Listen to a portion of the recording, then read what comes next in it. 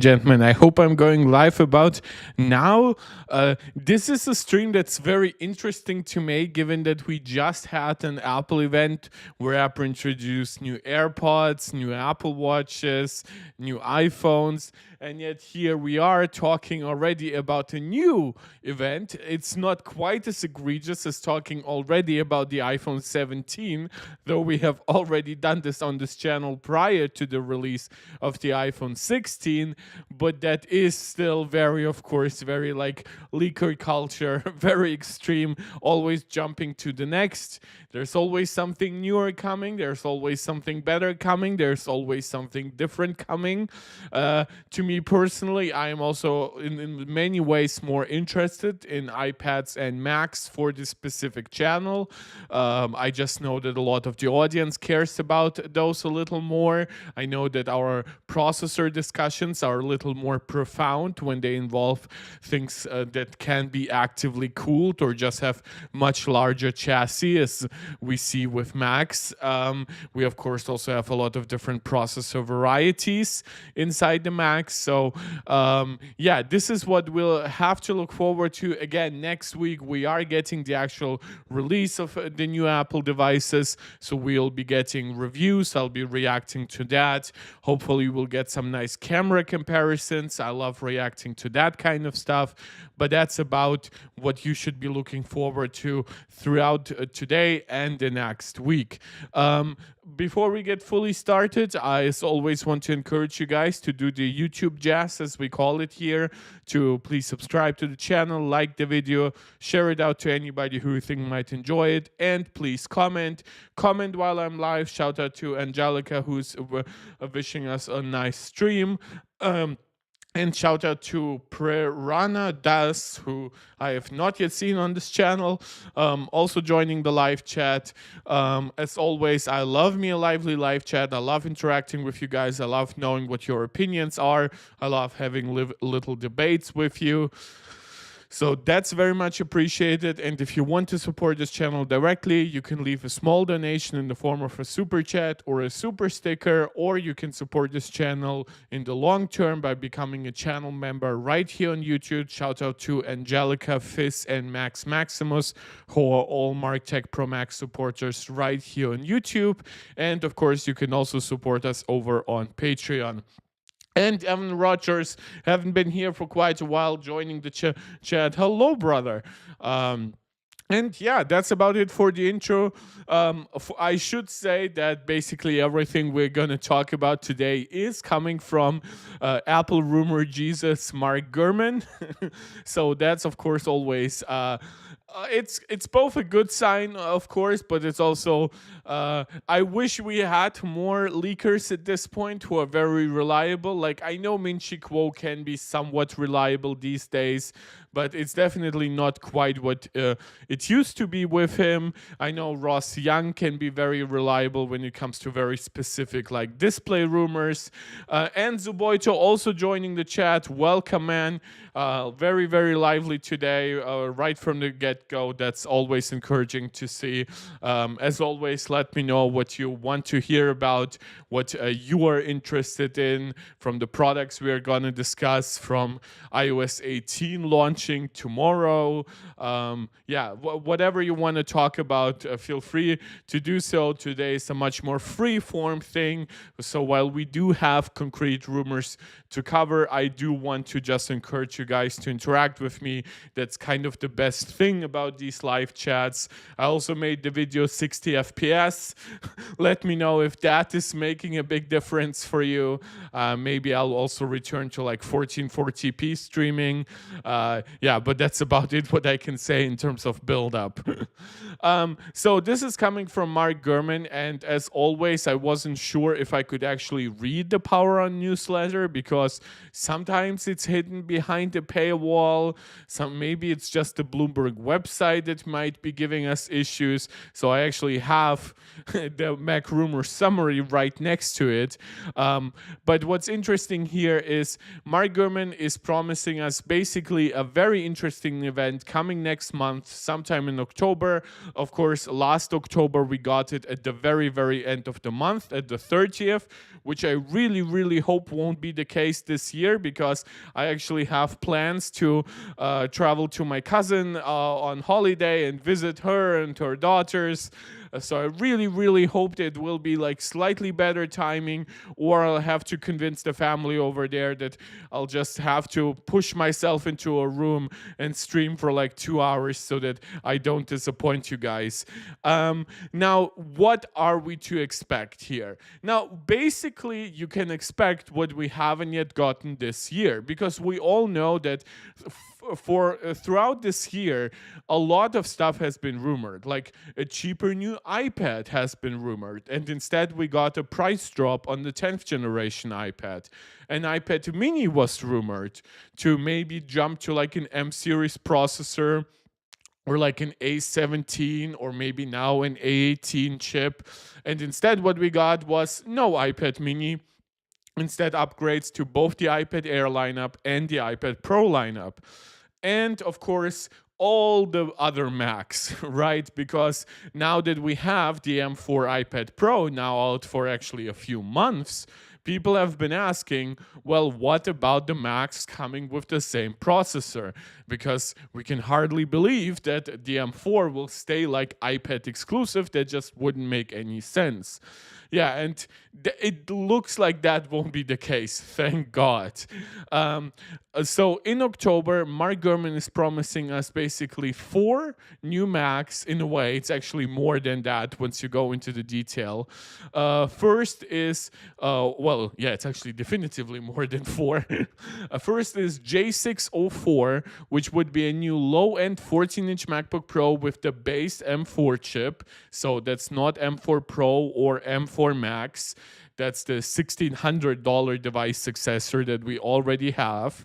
Then J614 and J616 would be higher end 14 and 16-inch MacBook Pros, which would come with M4 Pro and M4 Max chip, which he calls like 2 pro-level M4 chip options.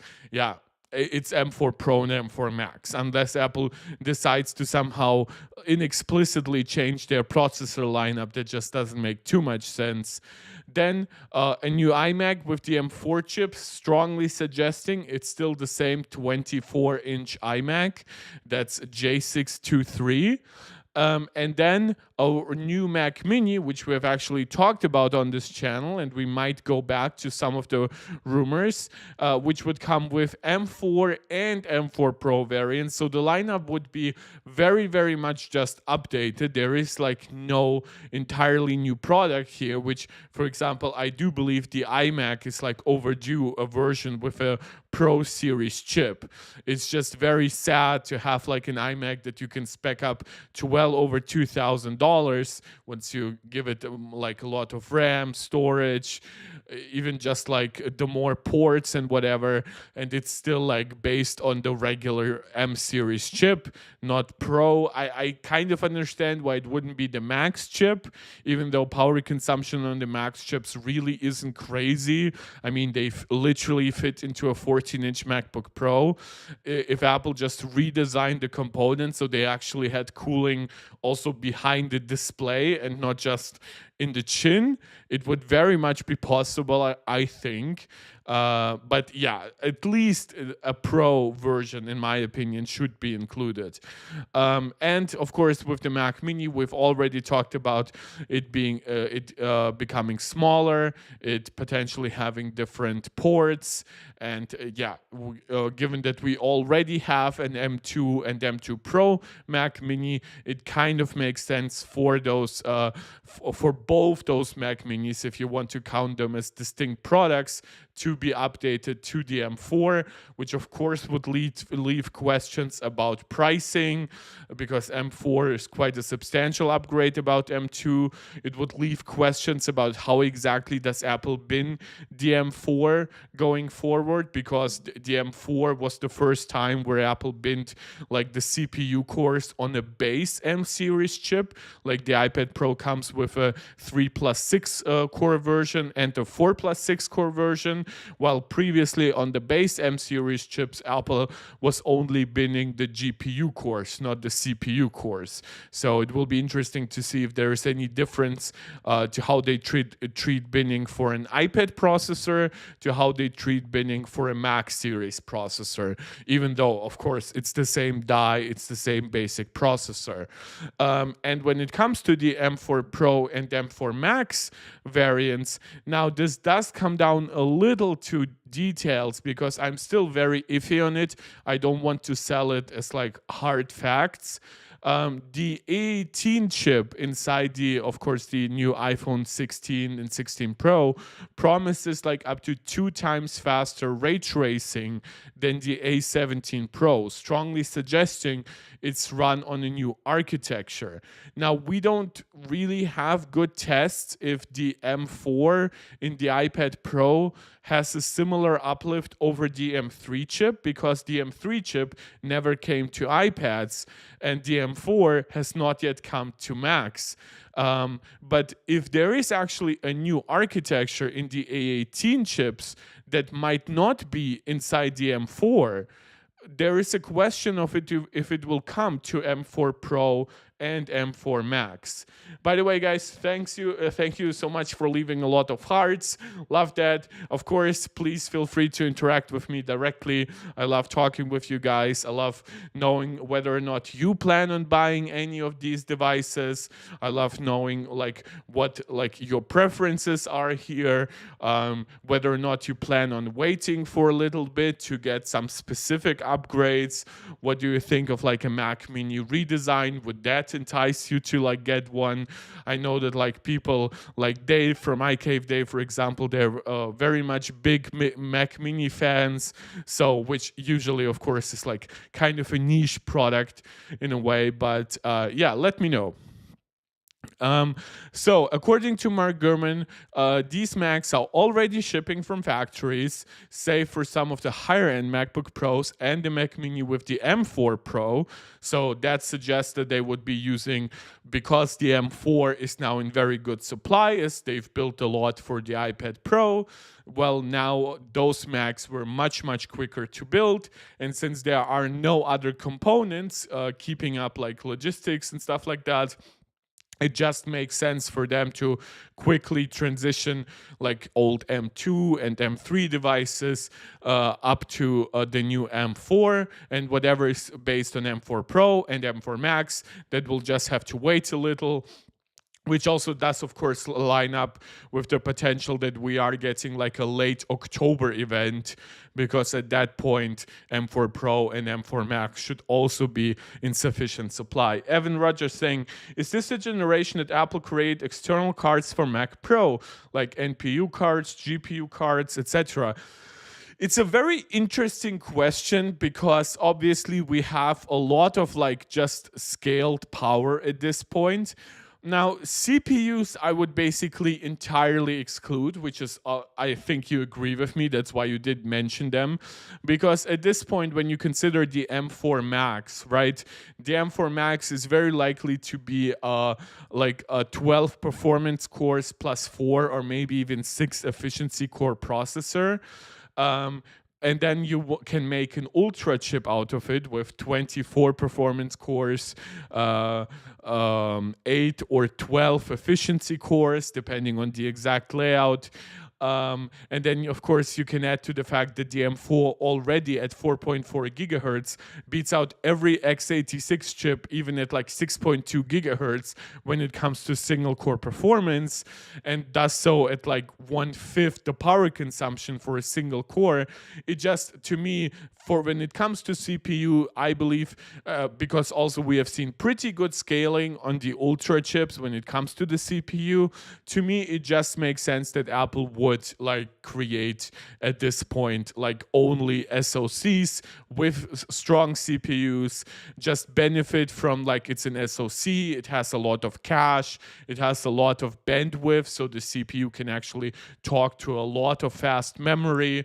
That memory can be shared between GPU and CPU, so even if you buy the chip primarily to be a CPU, it still also benefits you in many GPU tasks, many neural engine tasks.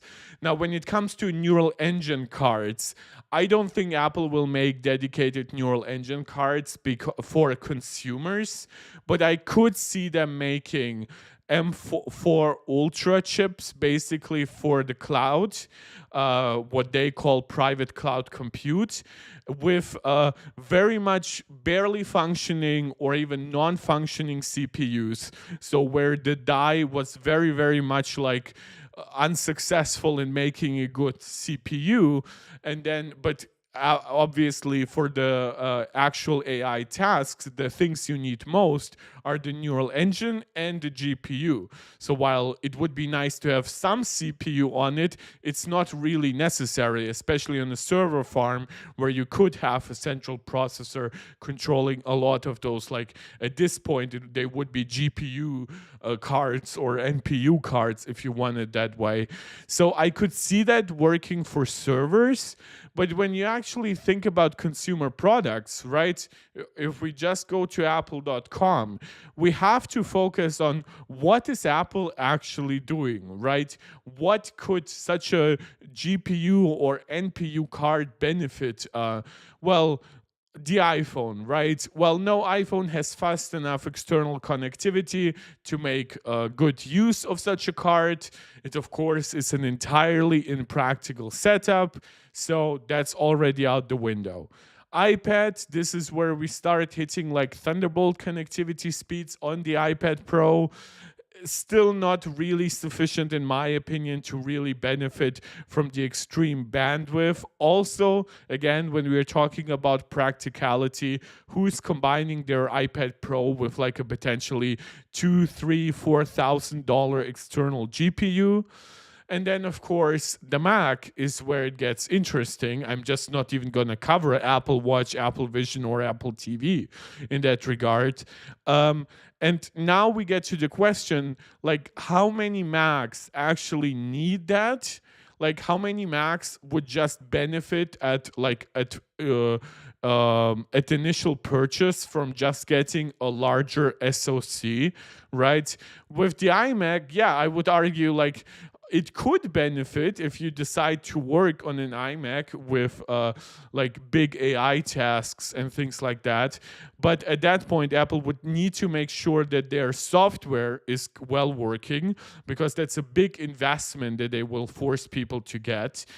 Then they will have to make sure that Thunderbolt actually can transfer all that data back and forth adequately, unless they decide to add some kind of additional port to the new Macs. Mac Mini, I think, is, together, of course, with the Mac Studio, the one that would benefit most from like an external GPU-like solution. But of course, Mac Studio does scale up to an Ultra chip already. Now it would be scaling up to an M4 Ultra instead of an M2 Ultra. So I think Apple's argument here will be, well, if you really want like an Ultra chip, like just get the Mac Studio, right? Why would you buy the Mac Mini and then buy an external GPU/NPU that doesn't even give you full performance potentially because it's limited? Maybe even Thunderbolt 5 was still limited. Just get the actual Mac Studio, pay more money because you would be paying that money anyway, right? And with it, get a much better, much cleaner product. And then I think the only Mac that's left over, because the MacBooks are kind of like in the same situation as like a Mac Mini, um, except for, of course, they're mobile, so they might be less inclined to have like external stuff. But the Mac Pro is, of course, where we have this humongous device that's already scaling up to an ultra chip, which supposedly sometime in the second half of next year is finally getting upgraded to an M4 Ultra, right? But if we actually look at how big it is, can I actually like right? There's, of course, a lot of internal space. So could Apple potentially just over like PCIe X16 connect an internal like NPU or GPU that way? And the answer is they could. They definitely could technologically. There's nothing here that would prevent it. But you have to ask yourself, right? At what point do we potentially hit like really diminishing returns for Apple if people can already buy an M4 Mac Pro, which is already very much overpriced for most people, right? If you add like GPUs inside or NPUs, what is the actual performance uplift? How many people will buy an expensive Mac Pro then buy a very expensive, because Apple would like demand crazy high margins on it, so it's actually worth to them. And then they would also still, of course, have to provide the software stack, like continuously making sure that and like in a sense external solution still performs just as well, of course within a quote unquote external GPU or NPU. There is a question, how would it interact with like the unified memory that's already on the SoC, right? So again, it's possible, but given the complexities of just, oh, how many do we even need to source, or just the logistics, I believe if it ever comes to the consumer market, it will just be a result of Apple initially building it for like private cloud compute for basically their servers, and then saying, oh, we overproduced that, let's give consumers an option for that, right? I could see that happening. But overall, just with how much Apple also has even been unwilling to really truly embrace a device like the Mac Pro, there was talks that they would even like make it small enough so they wouldn't actually even like be placed for like a GPU like that at that point. So I don't know, maybe that will be helpful to bring the price down and make it actually attractive to like more prosumers rather than just full-on pros with like crazy budgets who can write off stuff for taxes. Yeah, I wouldn't hold my breath, especially as a regular consumer. I just don't think it's very likely. And if it ever comes out, I just would expect it to be like $4,000, because it includes all the like RAM and stuff like that on it.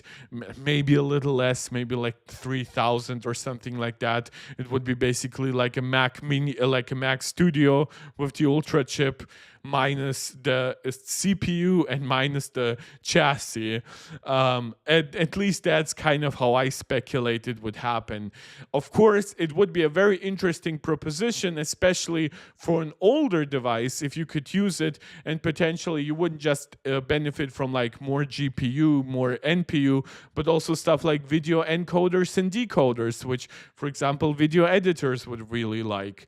So while it would be interesting, Evan, I just don't think so. And all rumors that we had for that, like I believe like 2 years ago, prior to even leading up to the announcement of the M2 Mac Pro, they have just all basically died down, unfortunately.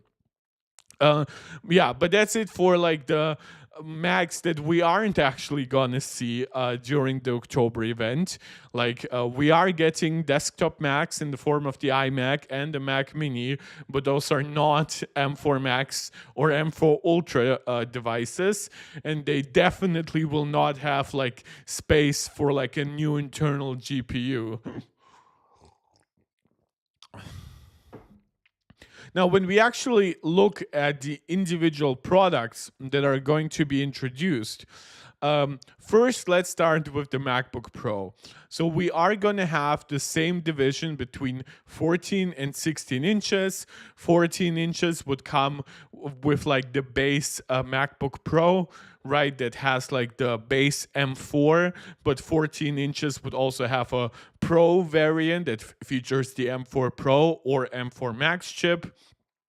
So very, very similar in that regard. 16-inch version would come in M4 Pro and M4 Max versions. Royos K joining the chat, saying hi or winking us a hi. Hi, I haven't seen you in the chat for quite a while as well. Very glad to see you all. Guys, we've been streaming for about half an hour. I just want to remind you guys to, if you haven't yet done so, please subscribe to the channel, like the video, share it out to anybody who you think might enjoy it. Comment. I love me a lively live chat, but comments also help with the algorithm, to be honest. And beyond that, if you want to support this channel directly, please consider leaving a small donation in the form of a super chat or a super sticker, or becoming a channel member right here on YouTube, or a supporter over on Patreon. All support is very much appreciated, gets put right back into the channel. So again, the lineup here is very, very much familiar. We already have pretty much that exact lineup introduced at last year's October event with the M3, M3 Pro, and M3 Max MacBook Pros across 14 and 16 inches. Now, it stands to reason that other things would be upgraded about it. For example, the latest iPhones got Wi-Fi 7, but the MacBooks are still running on Wi-Fi 6E. So maybe that would be new. It still is a question of when Apple and Intel will finally give us a lot of like Thunderbolt 5 devices. Maybe that will be the year where we finally upgrade from like 40 gigabits per second to to a lot more, quite honestly, to like potentially like 120 plus 40, so up to 3 times faster in one direction with how PCIe 5 would work.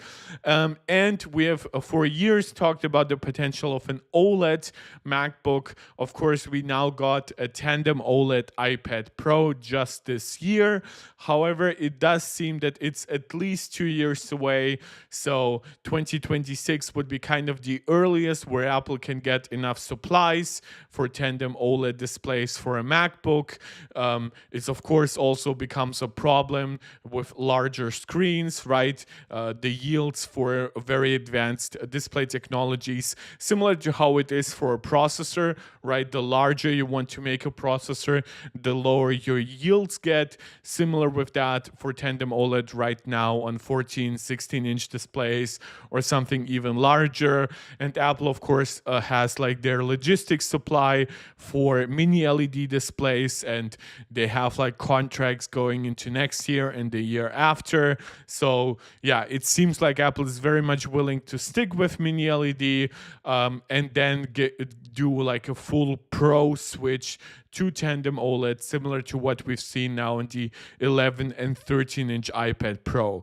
But yeah, if you're somebody who's really waiting for like an OLED MacBook Pro, you either would have to commit to waiting until 2026 at the earliest, or you just bite the bullet, get yourself a mini LED MacBook Pro, and then maybe say, oh, maybe I can sell it for a decent price by the time OLED comes out, or maybe I'll just wait for second generation or third generation OLED, so I still have like a 5 or 6 year gap between purchases. But yeah, if you are somebody who said to yourself, well, tandem OLED just came to the iPad Pro, let me wait until it comes to the MacBook Pro, that is seemingly not the case. That will, unfortunately, you will be disappointed. When it comes to the actual configurations, Mark Gurman did talk about, and I will switch to apple.com again for this, about all Macs that are supposedly coming this year, coming with 16 gigs of RAM or 32 gigs of RAM. So if you know like the base M series chips right now, and let's just look at the Mac Mini for that, you'll find that when we actually look to buy it, The Mac Mini starts, of course, with 8 gigs of RAM and 256 gigabytes of SSD storage for $600. Of course, you still have the same $200 upgrade charges to go from 256 to 512 gigabytes, or to even go from 8 gigs of RAM to 16 gigabytes of RAM. Don't be confused by that price increase. Here you also get the M2 Pro rather than the base M2 chip. So if we actually look at the upgrades here, of course, you can get up to 24 gigs of memory. So you will have to pay $400 for that. For those extra 16 gigs of memory, paying $200 for each 8 gigabyte upgrade. That's, of course, a lot. On the storage side, you will be paying $200 more to go from 256 to 512, and then another $200 to go from 512 to 1 terabyte. So the value of upgrading from 512 gigabytes is literally double of what it costs you, unfortunately, to go from 256 to 512. But yeah, this is how Apple makes their margins. They know that 256 is too little for most people, and those who can make it with 256 will likely just look at the smallest price. Maybe somebody just uses external storage, so they don't even care how much internal storage their Mac has, as long as like it can fit macOS on it, literally. But yeah, if you're somebody who wants like a really modern device, here you're now being pushed to pay 2/3 of the actual device price, like from $600 to a full 1K, if you want a device with 1 terabyte of storage, which is why I believe 512, even though it's kind of a shitty value upgrade, is, as far as I know, one of the most popular versions. Now, if we actually think about the rumor from Mark Gurman about every device having 16 gigs of RAM, not 12.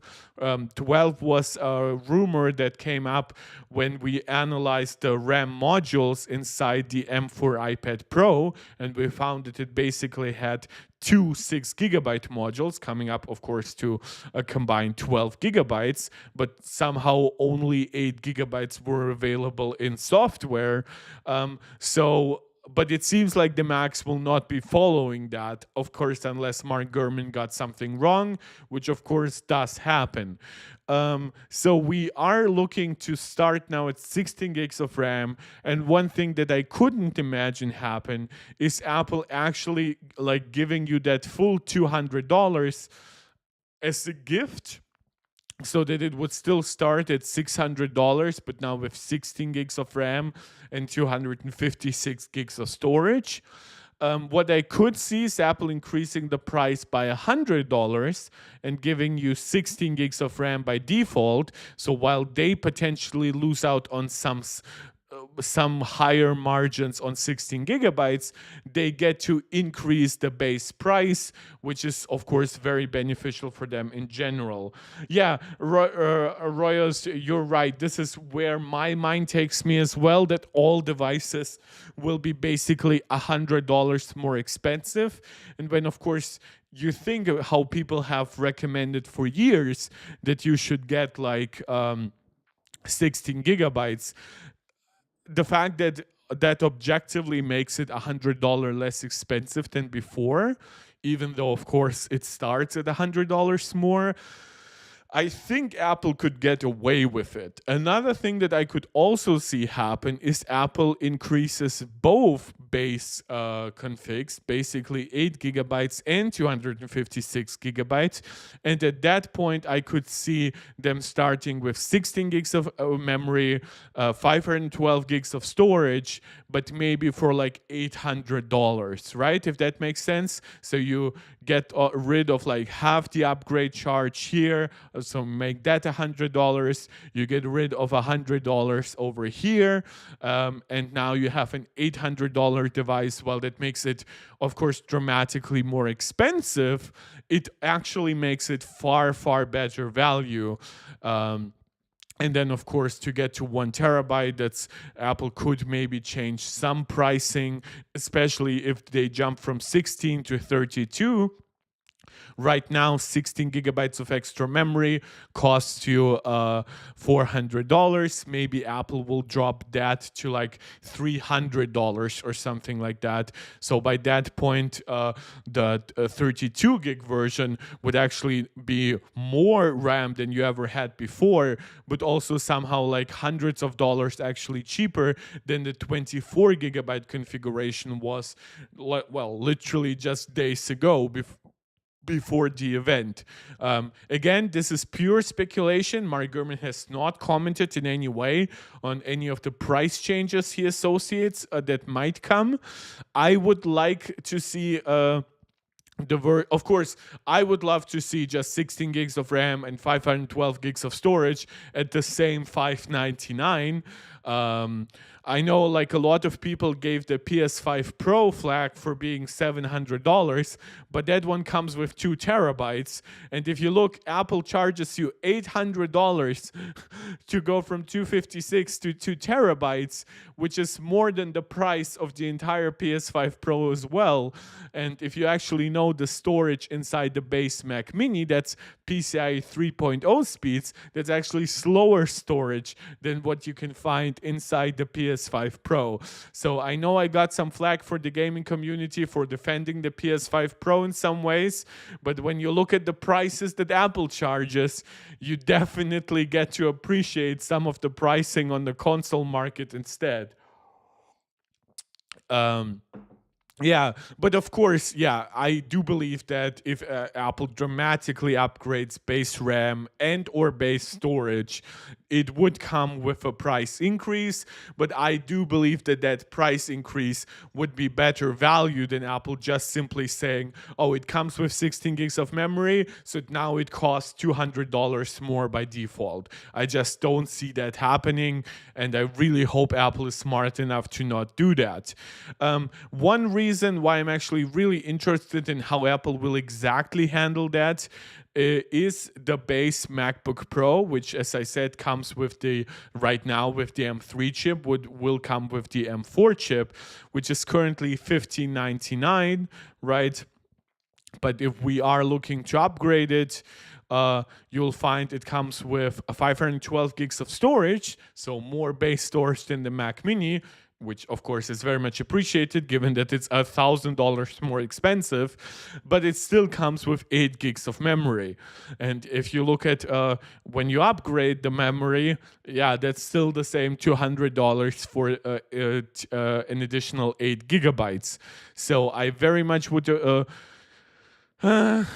like I would love maybe Apple just goes crazy and just gives us this version at $17.99, but like with 16 gigs of memory, right? Maybe get rid of the entire $15.99 version, get rid of even 512 gigabytes, and then give us a better base configuration for all MacBook Pros, right? I know like even the M3 Pro version still comes with 512 gigabytes. At this point, I would just appreciate maybe you start this at like $22.99 so that the value still like scales somewhat, but you just I don't know. The reason why I really dislike these base configurations on the Mac is because I believe they just give people a product that might not be as future proof as they would need. While I believe that basically everyone can make do with, well, even 512 gigabytes, but definitely 1 terabyte. And given how efficient macOS is, 16 gigabytes would be definitely great. So the 16 gigabytes is what is throwing me off for a loop a little bit, because for a long time my belief was that Apple would just go from 8 gigabytes to 12 gigabytes and then make the 24 gigabyte upgrade less expensive, right? But then keep the same base price, because 4 gigs of extra memory is not that much, and if the 24 gigabyte configuration is decent value, then Apple wouldn't actually be cannibalizing too many upgrades. Going from 8 gigabytes to 16 gigabytes definitely would result in some cannibalization of more premium versions, and it would add cost. Granted, it wouldn't add too much big cost for Apple, like it's $20 or so at most.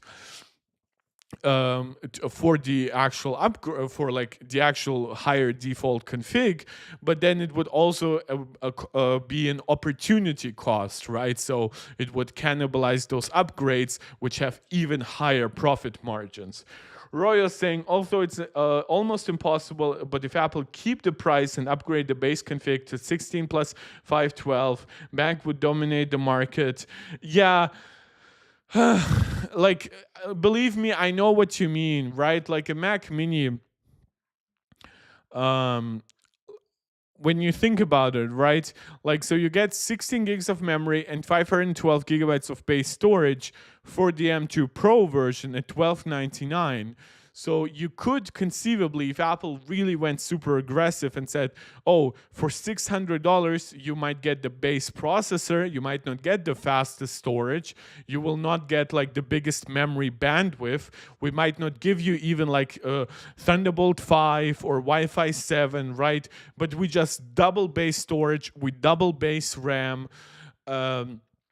Even if it's $100 more, right? That's still $300 less expensive than it was before. Yeah, I believe that that would definitely be a great entry point. Like, I think a lot of people would just say, look, my kid asked me for like a computer.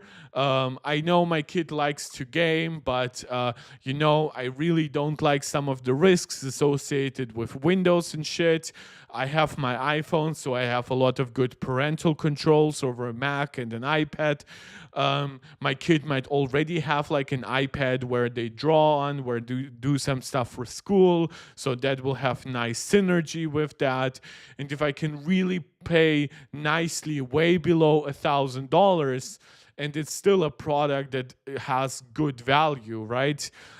Then I will do so. And while I don't think that that will instantly take over the PC desktop market, when we actually look at like another product in the lineup, right, the Mac Studio, for example, at $2,000, it might seem expensive, but it's actually not so crazy in the market where like the RTX 4070 and 4080 exist, right? And once you create yourself a tower with a nice power supply and the CPU to take advantage of it, yes, of course, if you actually want to compete with like the 4090, this is where you are looking at the M2 Ultra and stuff like that. But here, for example, there are small upgrade paths here, like, oh, give us 1 terabyte of storage, or give us maybe like 48 gigs of memory, right? Which Apple can now absolutely do with how they bin the M3 Max. Give us the fully enabled M4 Max here for $2,000. And those things, they would absolutely eat into Apple's margins because those are currently upgrades that people pay for, right? If we actually go with what I said, so let's just say we want the Max chip and we want, well, let's say we would add $200 more for 48 gigabytes. So we would be looking at a $600 value add-on versus what you currently have to configure. Actually more than that, given that if you want even a tiny bit more memory, you already have to get a lot more memory. And unfortunately, that's just like Apple just really, really likes this kind of stuff because this is where they make their margins. Like when you look at this upgrade, right? They charge you, look, for example, here, to go from a 30-core GPU to a 38-core GPU, it's just $200, right? Which, okay, that could make sense for a lot of people. But then you look at the Ultra. Now, of course, and to go from from a 60-core GPU to a 76-core GPU, if you actually think about it, right, how much would it cost, judging from the upgrade we just had in the beginning? Well, $200 for 8 additional cores. Here we get 16 additional cores, so it would be $400. Let's add $100 more because it's the Ultra. This is where people can afford it. But no, it's a full $1,000. It's 2.5 times worse value as an upgrade than here, because they know that the pros buying this kind of stuff, they're very much like able to write off stuff from taxes. Like they might really see that as a long-term investment, so to them it just doesn't calculate as that high of a cost. But I just don't like that, because like if somebody is an enthusiast, I believe, and they want this device, and they might not necessarily like, they might not make crazy money with the product, right? Maybe they're just buying it and they like Mac OS, they do some Blender work on the side, they edit some videos for themselves, they play some games, the few ones that are available, they keep Windows in like a virtual machine, right? And suddenly it's like, well, I'm an enthusiast, right? I'm willing to pay $200 more for 8 additional GPU cores. And boom, right? Suddenly it's like, oh, it's $1,000 instead of $400 for 16. I would feel cheated, and this is where I believe that Apple is absolutely at its worst. And this is why I've also advocated for higher base configurations for the Mac Mini, for especially the MacBook Air, because I also believe that once people buy these products and then that product has way too little RAM, way too little storage, not for browsing, not for emails. I understand that that stuff works. But the second this person who bought a base configuration like MacBook Air or Mac Mini, once that person decides to get into higher quality video editing or into some Blender 3D work on the side, right? Suddenly it becomes, or even some gaming, once a few more games come to Mac, and suddenly all of that is bottlenecked. You cannot even install like 2 AAA games at this point. Like Call of Duty by itself takes up like 150 gigabytes, which unfortunately it's not also on Mac, but that's a different discussion. So yeah, just like when I look at the MacBook Air, I really understand what Apple is going for, but to me, you either really drop the base price and you really drop the upgrade pricing, or you just keep on to slightly higher prices, maybe even slightly increase prices by like $100. Like, look, would anybody really complain if this configuration, the $14.99 configuration, was suddenly $11.99, but we lost the $10.99 base config? Would really anybody complain, right? Let's just even say, let's say it even has the bint chip at its base price, right? Let's say it has the 9-core M4 at this point. And then it comes with 16 gigs of memory, 512 gigs of storage. Of course, more storage, given how memory swap works, also benefits consumers a lot. And suddenly it's $300, which is 20% less in price. Would really anybody care that we saw a less than 10% increase in base price? I don't think so. Mac Studio is one of the cheapest choices to run LLM on the market, cheaper than 4090 PC. Yes, it's not cheaper as an upfront investment, but once you consider a few things, the Mac Studio is actually incredible, and this is why I don't like when Apple suddenly decides to give you so much poorer value for an upgrade. And the thing that actually really, really puts it over the top is 128 gigabytes or even 192 gigabytes of memory. So even if you are technically might be slower than the 4090 for certain LLMs, you will just be able to run the largest ones on it without risk of it crashing and stuff like that. And the entire system is just hyper efficient with its SoC design, unified memory design. Like, while a 4090 itself runs on like 4nm hardware, it still is like pushed pretty high in terms of like clock speeds. It has GDDR6 memory, which of course is much more power hungry than LPDDR memory.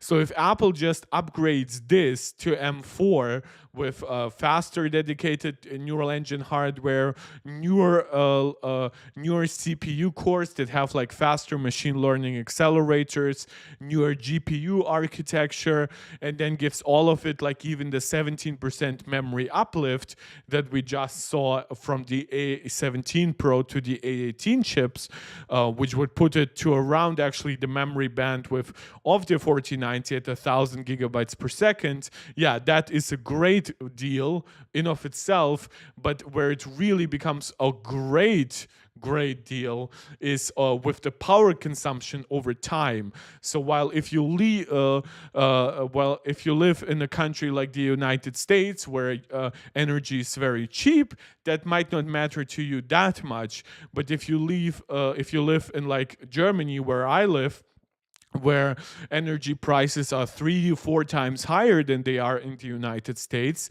that's very, very beneficial. And once you think about creating an actual mass system for running LLMs and things like that, which, for example, in Macs even works if you combine them with Thunderbolt cables, and it seems like the scaling is nigh perfect for like even 3-4 Macs interconnected. Like the amount of like heat that you save in the room that would be created is also just insane. So that would mean you can get by with like a smaller HVAC and stuff like that. The M4 GPU algorithm was designed by Blender after the Apple version for the M2 didn't work well. I wouldn't say that it was designed by Blender, but it was definitely designed more for stuff like that. And again, I have mentioned in the beginning, by the way, hi Tony. I don't think I've ever seen you in the chat. But yeah, when you actually think about it, it's very natural for Apple, now that their Macs are in more hands than ever, right? That there are more apps being built for Apple Silicon than ever, that Apple would adjust, like even on a core architectural basis, their designs so that it works well with certain pro applications. It works well like with certain like even for stuff like virtual machines, right? Apparently, Apple made sure that virtual machines are incredibly fast on Apple Silicon. So while I would like maybe there's like a language barrier, so I wouldn't say that Apple's GPU was designed by Blender. I definitely would believe you that if you said it was designed partially with Blender in mind, right? One example for actually bad integration like that is Cinebench, right? Where a lot of like x86 CPU makers, well, mainly the two, Intel and AMD, will just make sure that their chips run Cinebench as well as they can, because they know that Hardware Unboxed, Gamers Nexus, all those like YouTube reviewers and just general tech reviewers will test their chips with Cinebench. So they actually build their architectures in mind with Cinebench. Another example in the past for that was CSGO, right? Before we got CS2. And a lot of companies were like Intel and AMD were just like, man, our new CPU has to run CSGO at like 600 FPS because that's 20 FPS faster than the competition, right? And you somehow saw like I believe it was from Zen 2 to Zen 3, which already was huge, right? It was like 30-40% faster in most games. But then when you jump to CSGO, you suddenly were like 80% faster or twice as fast, because they clearly made sure that this specific game that is very popular, that is also a very popular benchmark in a way, at least it used to be, got them the good results, right? So yeah, but I understand what you mean, Tony. Yeah, and so this is basically like value discussion here at hand.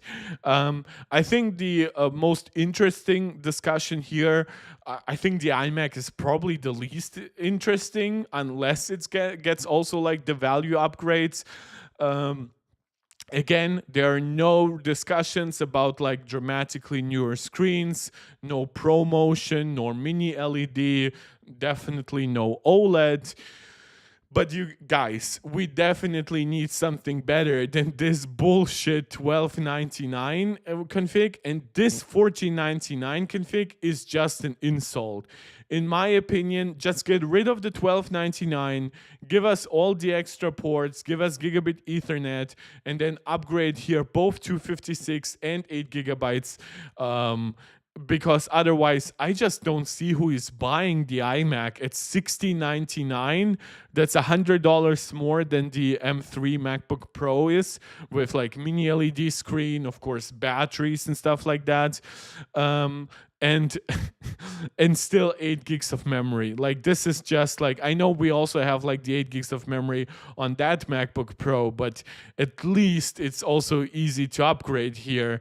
Like on the iMac, I just don't see why you would get a desktop with all the limitations of a MacBook, and it's not even better value, right? I remember back in the day when I bought myself the late 2012 iMac, it wasn't that I like had this crazy freedom of upgrading storage. I could upgrade RAM, that is true, and I did so 4 years into owning it or something like that. I upgraded from 8 gigs to 16, I believe. Or did I upgrade from 16 to 32? I actually don't remember. And what was interesting to me about it is that you could definitely, though, while you couldn't get like, oh, you couldn't manually upgrade your CPU or your GPU the way you can with like Windows desktop tower, at least you could definitely get, for one, a big performance uplift over the MacBook Pros of the time, but you also got a lot of value in that regard. If you really cared only about performance, it made sense, right? The MacBooks, they had to be portable, they had to have the battery inside, stuff like that. With the iMac, it was less complicated to make in a way. So Apple just gave you some value back with more performance per dollar. They didn't, of course, give you the portability benefits or things like that, but it still was a decent thing. Here, I just don't see the extra value unless you want to say like, oh, it's a larger screen than that 14-inch MacBook Pro. Well, that screen runs at half the refresh rate, doesn't have the HDR capabilities. I just struggle to see the value here. The one thing where I believe Apple could really go crazy, we've already discussed the value proposition, is that the Mac Mini is rumored to get a nice redesign. So it would be like basically like almost 1/4 of what it is now. Maybe it would get slightly taller, so it would be a little reminiscent of like an Apple TV. If I actually, Apple TV 4K. Yeah, it would probably be definitely still bigger than that, but it might be looking closer to this than to what the Mac Mini is right now, except for, of course, it would still be metal rather than plastic. And that to me is very interesting because it would supposedly get rid of USB-A ports on the back, it would put some USB-C ports on the front. While none of that is way too crazy, right? In my opinion, at least it would create something new and something that would put, like the scene in Lord of the Rings at the end where Frodo and Sam have to travel through Mordor. So Aragorn and the forces, they just amass at the Black Gate and they just ask Sauron to look at them, right? And I feel like the Mac Mini needs that moment where it just needs like the eyes of actual consumers back on it, because it's been so many years since any kind of major redesign or big change. Of course, Apple Silicon was a big change for the Mac Mini, but every Mac is now Apple Silicon, so it doesn't stick out versus the rest. And I feel like if in this year they are not gonna redesign like the MacBook Pro. They're not gonna redesign the MacBook Air. They're not gonna redesign the iMac. The new Mac Studio and Mac Pro might be 6, 7, 8, 9 months away after even this presentation. So why not give the Mac Mini some love and make it the most interesting, quote unquote, desktop Mac that you can buy? It might not be instantly it's not the fastest, right? It doesn't have the extreme versatility of a MacBook Pro, of course. But it would just be, it has so much better value than before. It has the new design with front ports, stuff like that. It's so cute and small. It's almost like an Apple TV. I just would love it. Let me know if you would if it would encourage any of you to buy one. Now I have a M1 Max MacBook Pro, so it would be hard to convince me to get an M4 or M4 Pro Mac Mini, but I could see like in the future, especially the Pro version, if Apple manages to increase its value in lockstep, right? So that for below $2,000, let's see what you can get now for around $2,000. Select.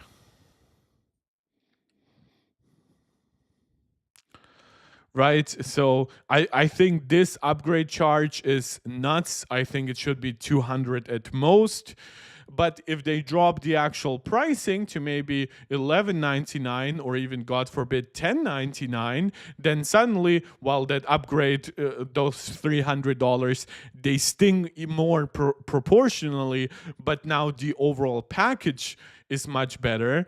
And then 32 gigs of RAM, right, for some more demanding tasks.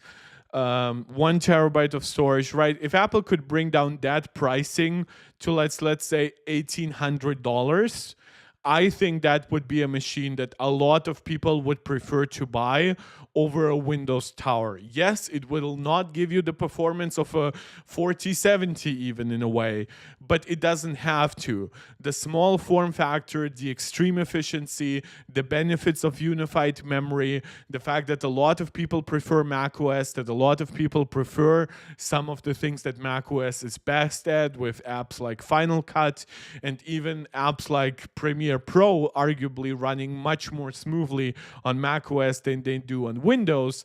I think that would be a value that a lot of people could appreciate.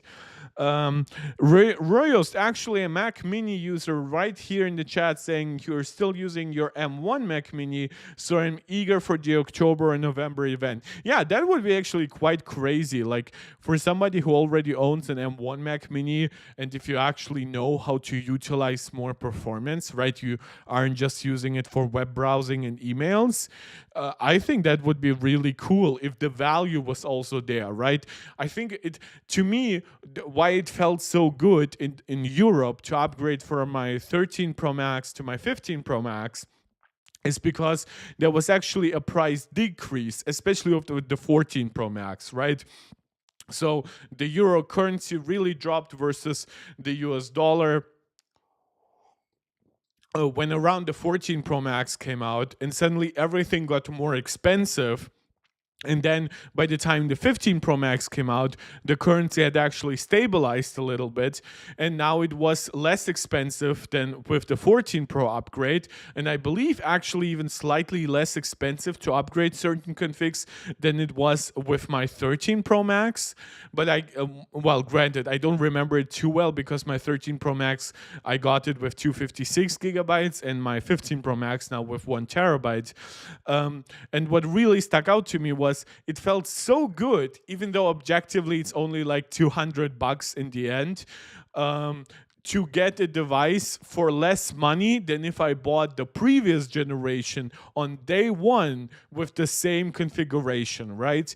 And I think Apple could really, really go a long way to appease consumers to say, look, for example, to you, Royost, right? You got the M1 Mac Mini, But now, if you want the M4 Mac Mini, you are not paying anymore $200 to get 16 gigs of memory. Maybe you aren't even paying the $400 that you previously paid to go from 16 to 32. Now you only, quote unquote, pay 300. And while that still is a very healthy profit margin for Apple, it still is a tremendously better deal for you, and it just feels better. And I believe that at this point Apple really needs to appeal to those kinds of feelings, which unfortunately, like, of course I know they are beholden to shareholders, so I understand why they cannot give you like a 512 gigabyte iPhone right as the base config while still keeping $999 the base price. I know that shareholders would eat Tim Cook's head for that. But on the Macs that already sell in far smaller numbers, really could really use a boost that would put them into the hands of even more consumers, would encourage even more developers therefore to create apps for it and stuff like that. I think that those $100 here, $100 there, while they might not feel too good for Apple on like a balance sheet for each individual Mac, once you actually consider that it could boost sales by 10 or 15%, once you consider the long-term like repercussions, positive ones, of like having more developer support or having a consumer base that now buys more apps from the App Store because they actually have more storage on their Mac, so they can actually finally fit those apps onto their Mac. I think it has a lot of good stuff to look forward to. And finally, the last two products here are actually, in my opinion, pretty interesting, but I know that a lot of people might still be disappointed in like what could have been, right? I know a lot of people like the idea of like an iPad Mini Pro, like with a tandem OLED screen or something like that. Supposedly, sometime 2026, we will be getting OLED on iPad Mini and iPad Air, but it will not be tandem OLED. So there will still be this distinction. I hope that they bring ProMotion to those iPads, but let's see. So this is also according to Mark Gurman. It will be getting a 7th generation iPad Mini. We are still overdue some upgrades here, like for Wi-Fi 6E and Bluetooth 5.3. Of course, we now know that Apple does have Wi-Fi 7 and stuff like that in their lineup, but they probably won't be giving it to the iPad Mini before they brought it to the iPad Pro and the iPad Air. We have talked about the needed fix, quote unquote, depending on how you see it, for jelly scrolling. So they would just like reorient the internal screen for that. So it would stop screen tearing in portrait orientation. Whether or not that means you get screen tearing in landscape orientation, or they finally buy a slightly faster screen that has like a better refresh rate internally, or not refresh rate, a better response time. Let's see how that looks like. But beyond that, the most important thing about it is that it's still running the A15 chip. That one is where we'll see the most major upgrades. My speculation, and you can look at my thumbnail, is that it will get the base A18 chip, so that will be 8 gigs of memory, 2 performance cores, 4 efficiency cores, a little bit less cache than the A18 Pro on the CPU side, and 1 fewer GPU cores.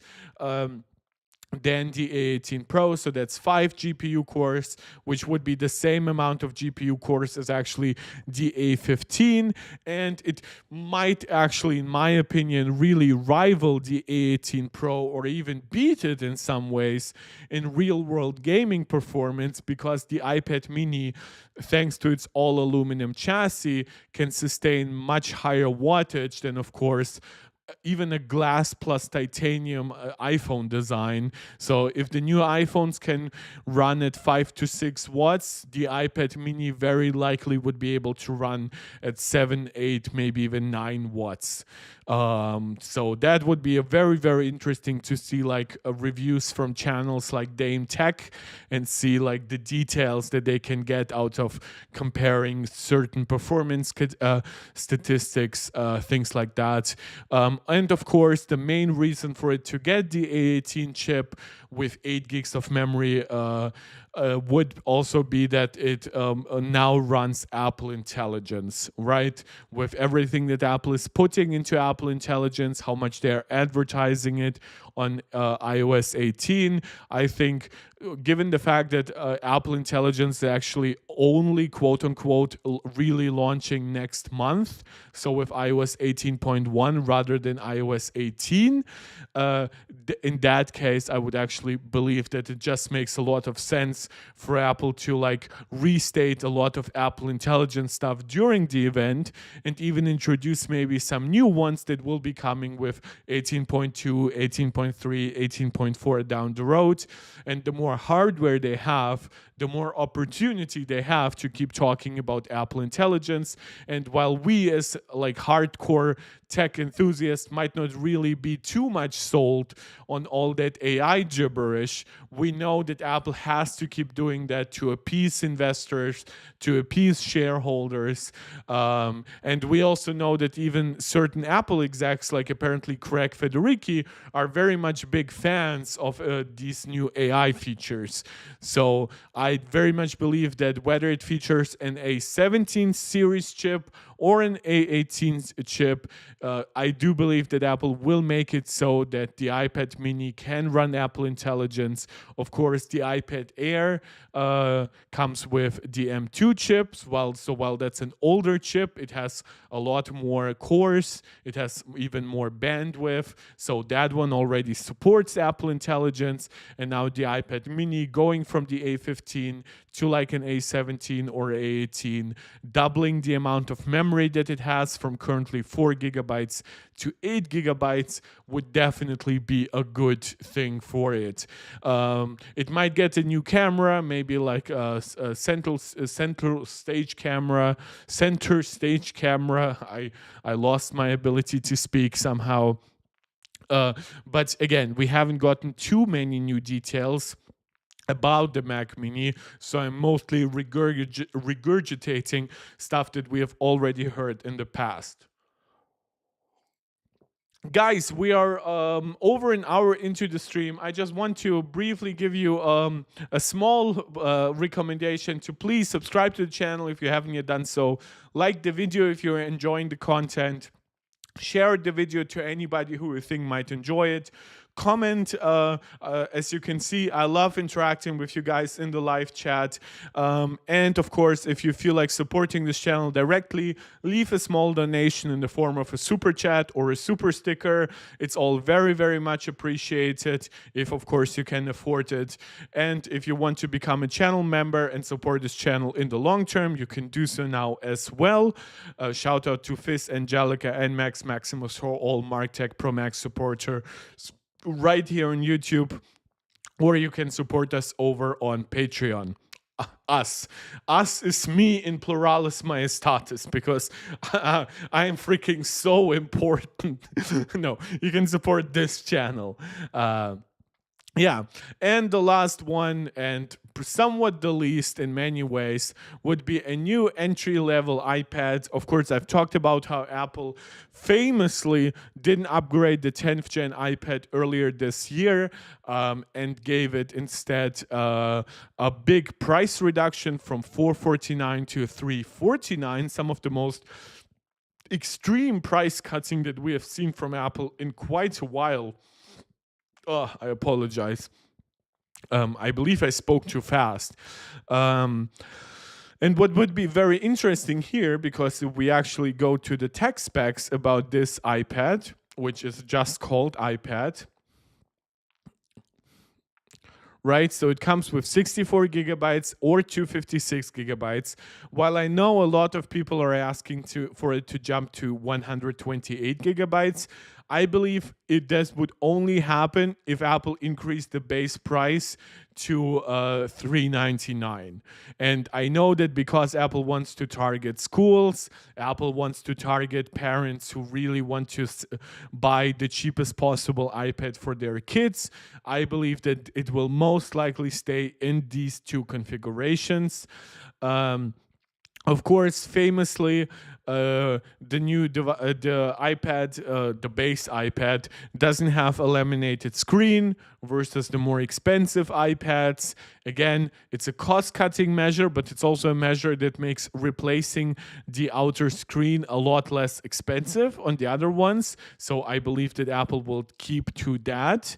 The thing that is, of course, most bad or worst, if you want to see it that way, before we jump into the thing that will actually change, is the the base iPad's compatibility with Apple accessories. Now, it does not give you support for the Magic Keyboard. However, I do believe that its Magic Keyboard Folio is actually a pretty good product. It's very Surface-like in the way it connects on the bottom, very much like iPad before the redesign of 2018.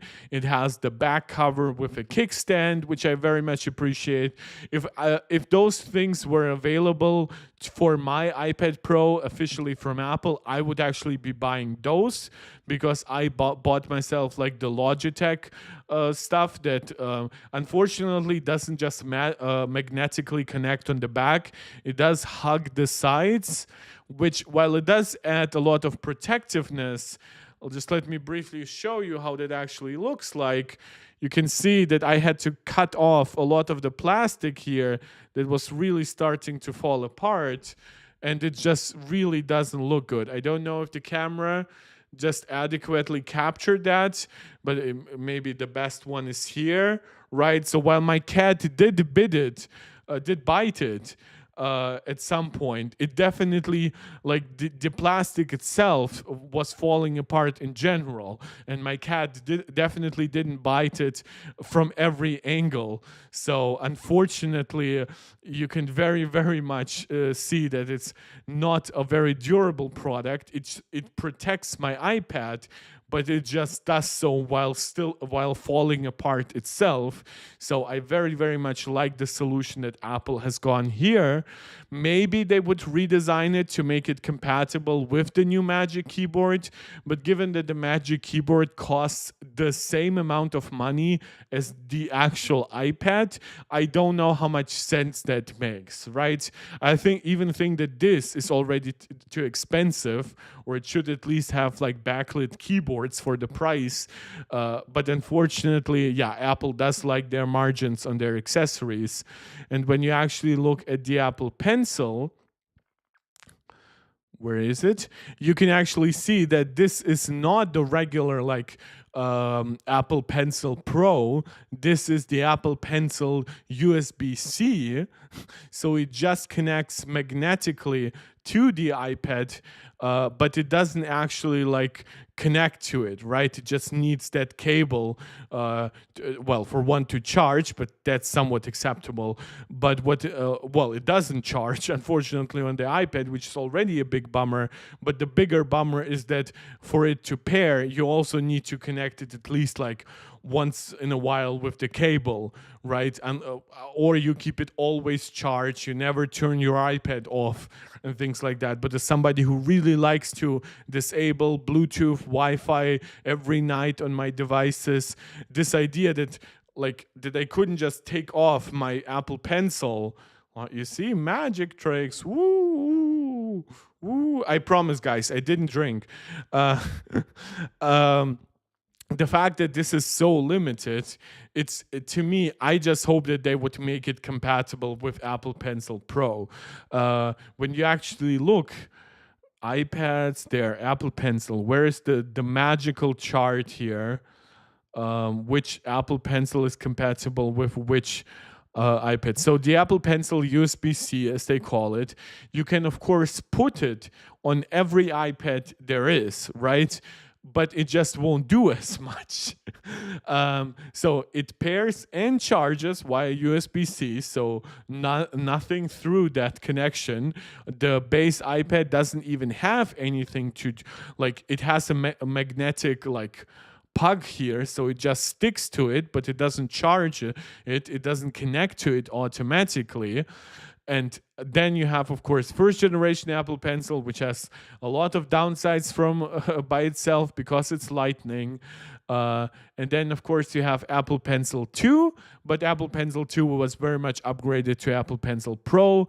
It just so happens to, unfortunately, that they're not completely interchangeable because Apple has a new magnetic connection mechanism on the latest iPad Pros and iPad Airs, so they don't support the Apple Pencil second generation. If we look at it, where is it? Find the Apple Pencil that works with your model. So let's see, an M4 iPad Pro should work with the Apple Pencil USB-C and an Apple Pencil Pro. And if we look at the last generation, so that would be, let's say, an iPad Pro 6th gen. So that would still be the Apple Pencil USB-C and an Apple Pencil 2. Right. I'm smart. I know the chart. Oh, I should have got myself more water. My throat is all dry. But yeah, and when you actually look at the 10th gen iPad, you'll find that it's compatible with the Apple Pencil USB-C and with a big stupid workaround with a Lightning to USB-C cable, like female Lightning to USB-C cable. Actually, it works with the Apple Pencil 1st gen. So if we actually look, though, at how this 1st gen, how the iPad 10th gen looks, right? Which you can get from the colors that it's the iPad 10th gen, right? It has the camera here, and now it has its magnets and stuff on top, but those magnets don't do anything, right? If we compare that to the iPad Pro, of course, or even the iPad Air 2, you'll find that they also have their cameras on that side. If we can actually get more than just these super dark images. Right, you can see the camera here, but this is also where its Apple Pencil Pro would connect, and Apple did manage to put in a wireless charging mechanism here, and of course, for it to automatically pair with the Apple Pencil that you put on top. I believe that, while I don't think that it's likely that Apple will add the value of like 128 gigabytes base storage, I would be inclined to believe that Apple does add at least a wireless charging puck here on top that automatically pairs with Apple Pencil Pro. And while, yes, Apple Pencil Pro isn't cheap at $130, it still is a somewhat acceptable accessory for a $350 device. A $450 wait, how much is the iPad with 256 gigs of storage, actually? Is it a $150 upgrade? Is it $500? Yeah, it is. So if Apple wanted to give you more value, in my opinion, they should at least drop the pricing of this by like $50. I think at $449 with 256 gigabytes, which would actually be 4 times more storage at the same price as it was like when it was still $449 in the beginning of the year, and with compatibility with newer accessories like Apple Pencil Pro. I think that Apple could just ignore the 64 gigabyte model for everything but like for kids and some mass purchases from schools, and then most regular customers for themselves would just buy the 256 gigabyte version. Now, we do not know exactly what new processor Apple will be targeting here. It's very unlikely that it would be an Apple Intelligence compliant processor. My speculation is we would be getting something like the A16, which is still an upgrade over the A14, and maybe with 6 gigs of memory rather than 4. And then the generation after gets an actual Apple Intelligence compliant chip, and with it maybe a small price increase, and then maybe also finally 128 gigabytes base storage. So while we've talked a lot about value today, definitely like with this device, while it is in many ways some of the cheapest that Apple offers, there is still room for it to improve. And if you want something that is quote unquote future proof, yeah, that is where you have to buy into dramatically more expensive products for stuff like Apple Intelligence, more memory, a lot more performance for higher intensity games and stuff like that. And of course, for just more choice when it comes to like size, potentially like even more RAM, even more storage, like with the iPad Pro going as high as 2 terabytes. None of that is, of course, an option here. Yeah, but that's basically what Mark Gurman has told us to expect in October.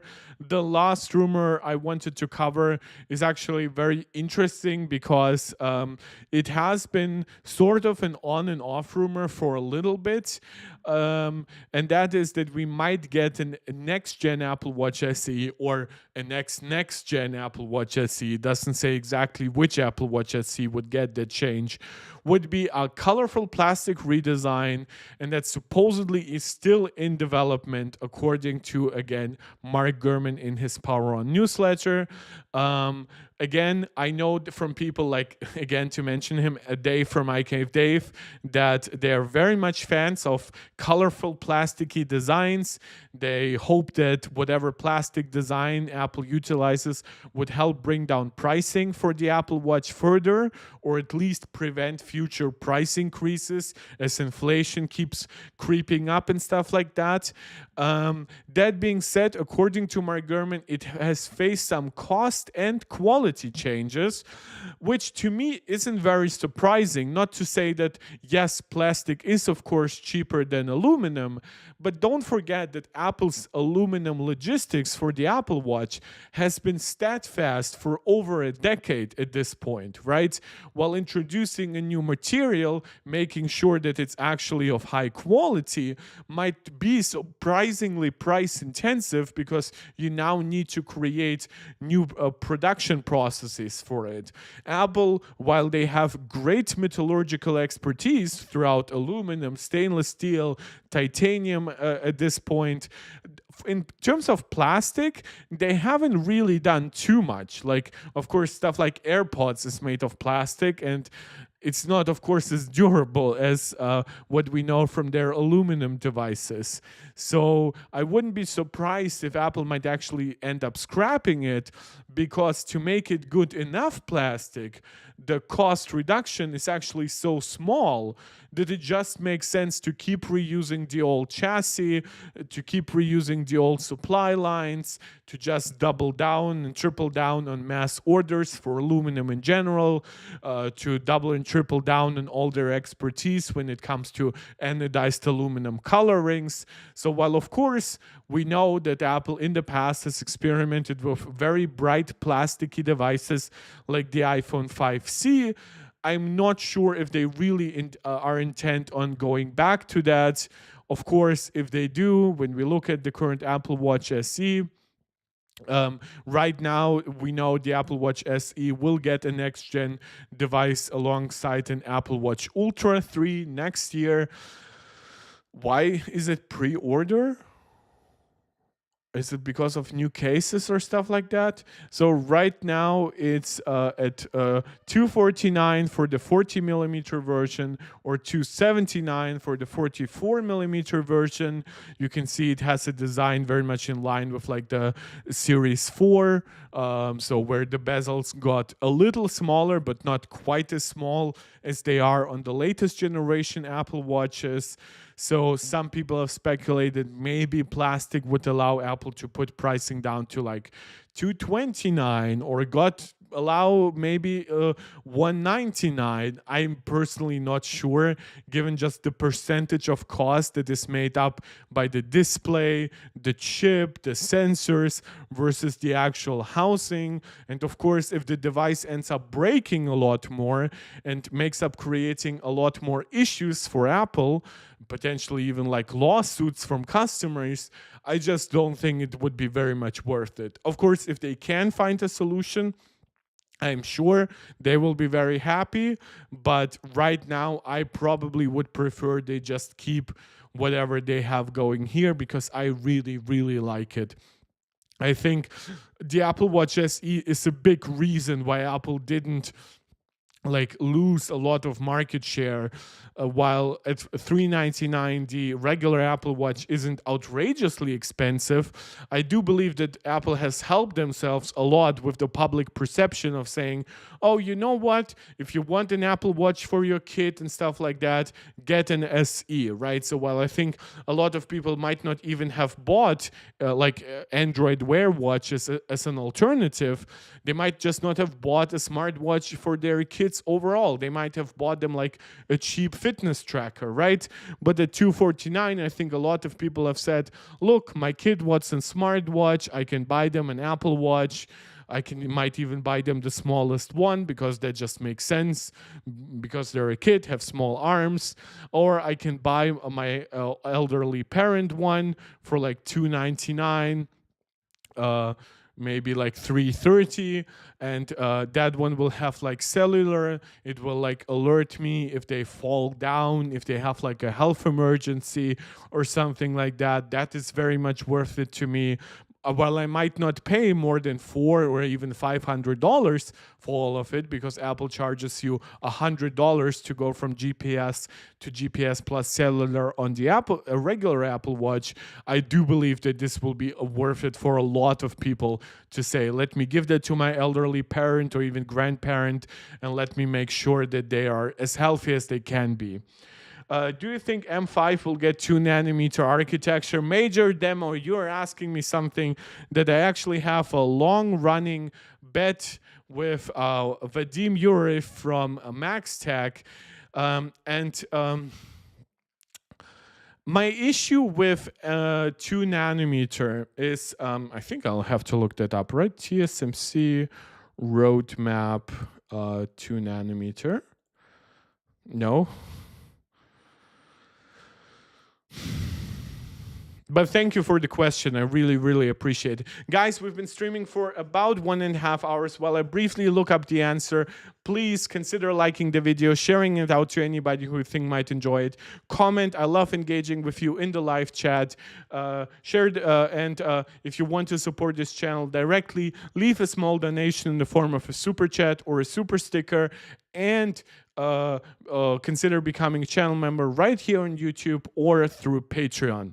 So when we actually look at TSMC, right, when do they promise N2? Well, they promise it actually in the second half of 2025. This is, by the way, a schedule from this year, right? So N3E being scheduled for Q4 of 2023 makes a lot of sense, because that is like about half a year of buildup to make enough chips for like the M4 iPad Pro, right? So this is actually an updated one. This is not an old one that didn't account for the delay. The one that is most delayed here is N3, which technically would be N3B, which they still say was like quarter 2022. And while we did get some initial production over there, arguably mass production only started sometime in the late first half of 2023. This is, of course, how we got enough chips then for the A17 Pro in the iPhone 15 Pro and 15 Pro Max, and later for the M3, M3 Pro, and M3 Max processors for the Macs that came in October of 2023. Now, a year later, basically, N3E came to the iPad still in the first half even of 2024. So you can see already that the gap between Q4 2022 N3B and the Q4 2023 N3E to actual mass-produced devices was much smaller, right? So maybe N3B would have even been available in May or June of 2023 as well, but Apple just waited for the iPhone because obviously Apple wasn't going to release the iPhone in May or something like that. Next is actually the follow-up would be N3P, and this is what most people believe next year's processors are going to be based on. So it's going to reduce power consumption versus N3E by 5 to 10%, and it will increase performance by 5%, and density will increase by about 4%, right? So it's a very small incremental like mid-gen upgrade, right? And they promise it will come to in the second half of 2024.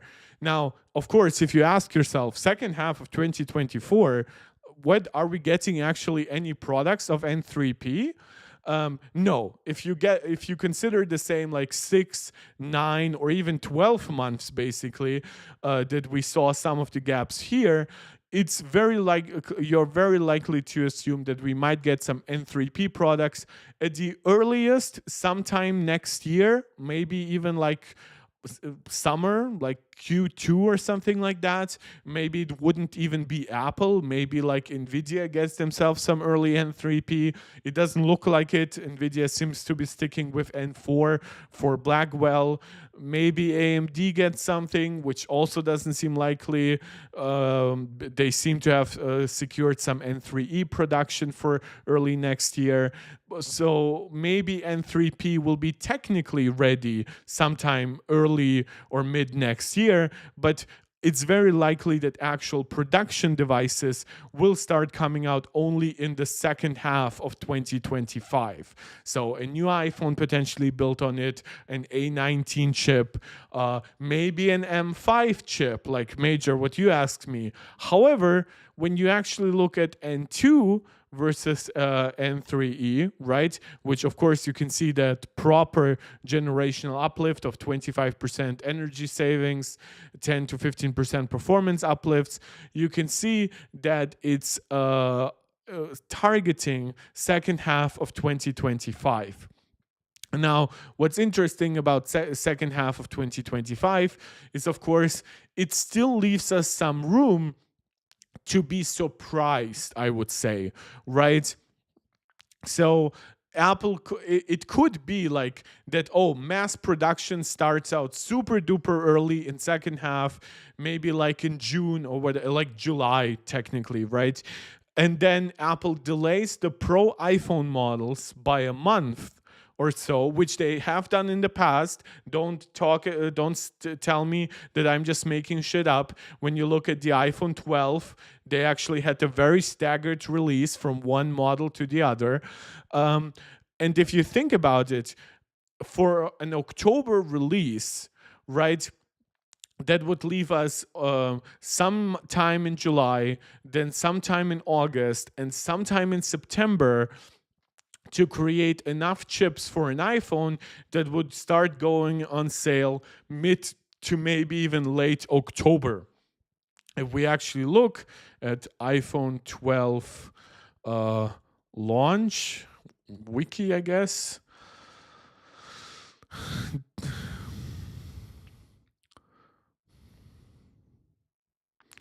So first release October 23rd, 2020.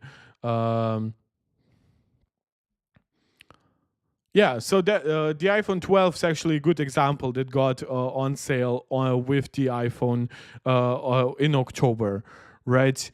Release. Repairability concerns. Does it not just give me the 12 Pro as well? Because it says here, oh, look, that's what I was actually looking for. Look at the 12 mini. The 12 mini, while we know the mini didn't end up being the best seller here by any means, it launched in the middle of November of 2020.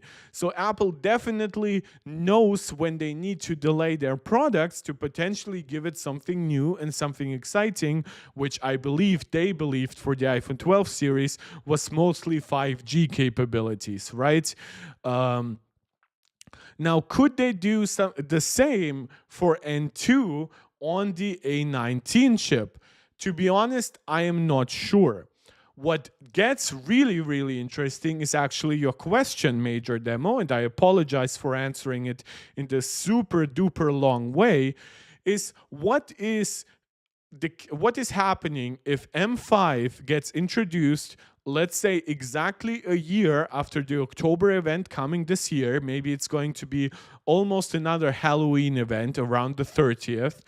And let's say the actual Macs with M5, maybe it's just the MacBook Pro, right? Maybe Apple doesn't even upgrade the Mac Mini or something alongside it. It's just one product.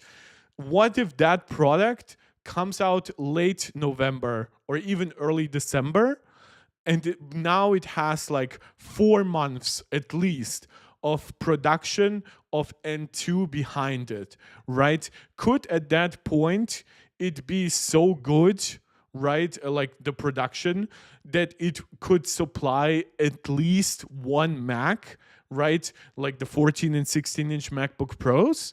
I could see that happening.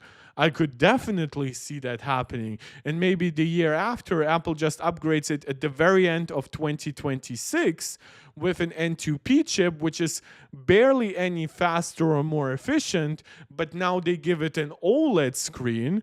And so they have two fantastic upgrades year to year, right? And then you can already see, we already see some craziness here, like A16 supposedly coming at the same time as N2P, like both targeting H2 of 2026. So we'll see how TSMC maybe adjust that timeline in the future, maybe pushing A16 slightly away, maybe pushing N2P a little bit forward. But yeah, I just wanted to tell you, like, to me, there is a decent chance that M5 is 2 nanometer based. The chance of A19 being 2 nanometer based is admittedly much smaller, but the hardware enthusiast in me, like, be still my beating heart stuff, right? That to me, like, yeah, I would hope that it's also 2 nanometer. That would be very, very much also to me just even more of an encouragement to get the 17 Pro Max, right? Because I'm not upgrading my 15 Pro Max this year to a 16 Pro Max.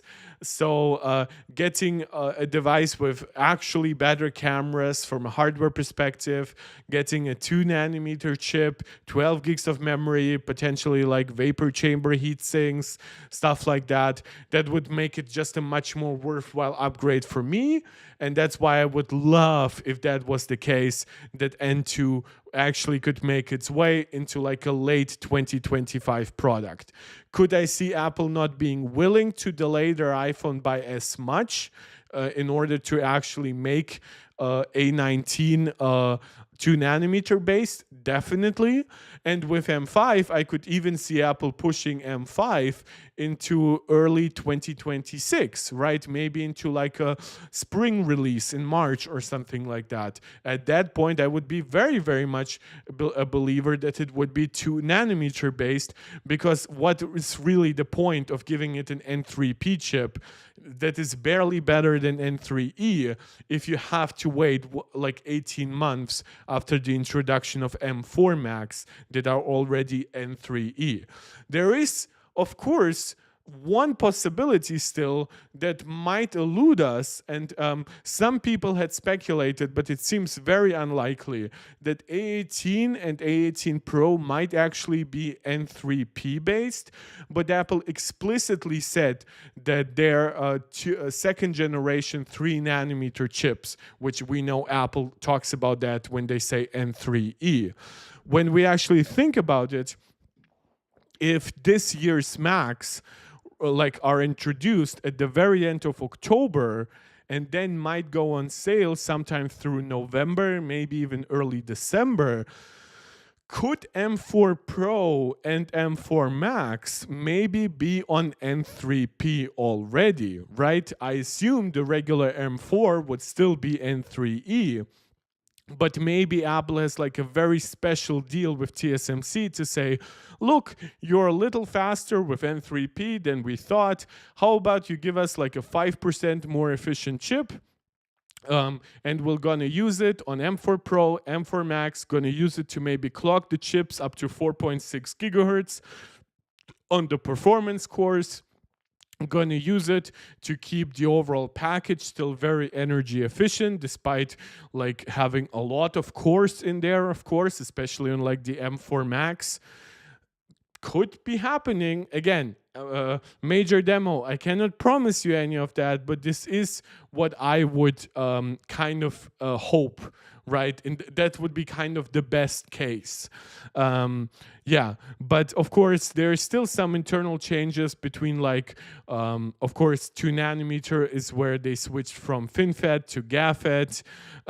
They did delay their backplane power delivery, I believe, from N2P to A16, right? So there is still some interesting changes to account for.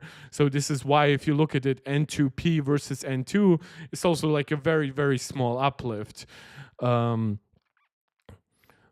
if you look at actually A16, it might not be a huge performance uplift over N2P, but in actual efficiency, it seems like a really, really nice improvement. Where did they say it? N2P and A16.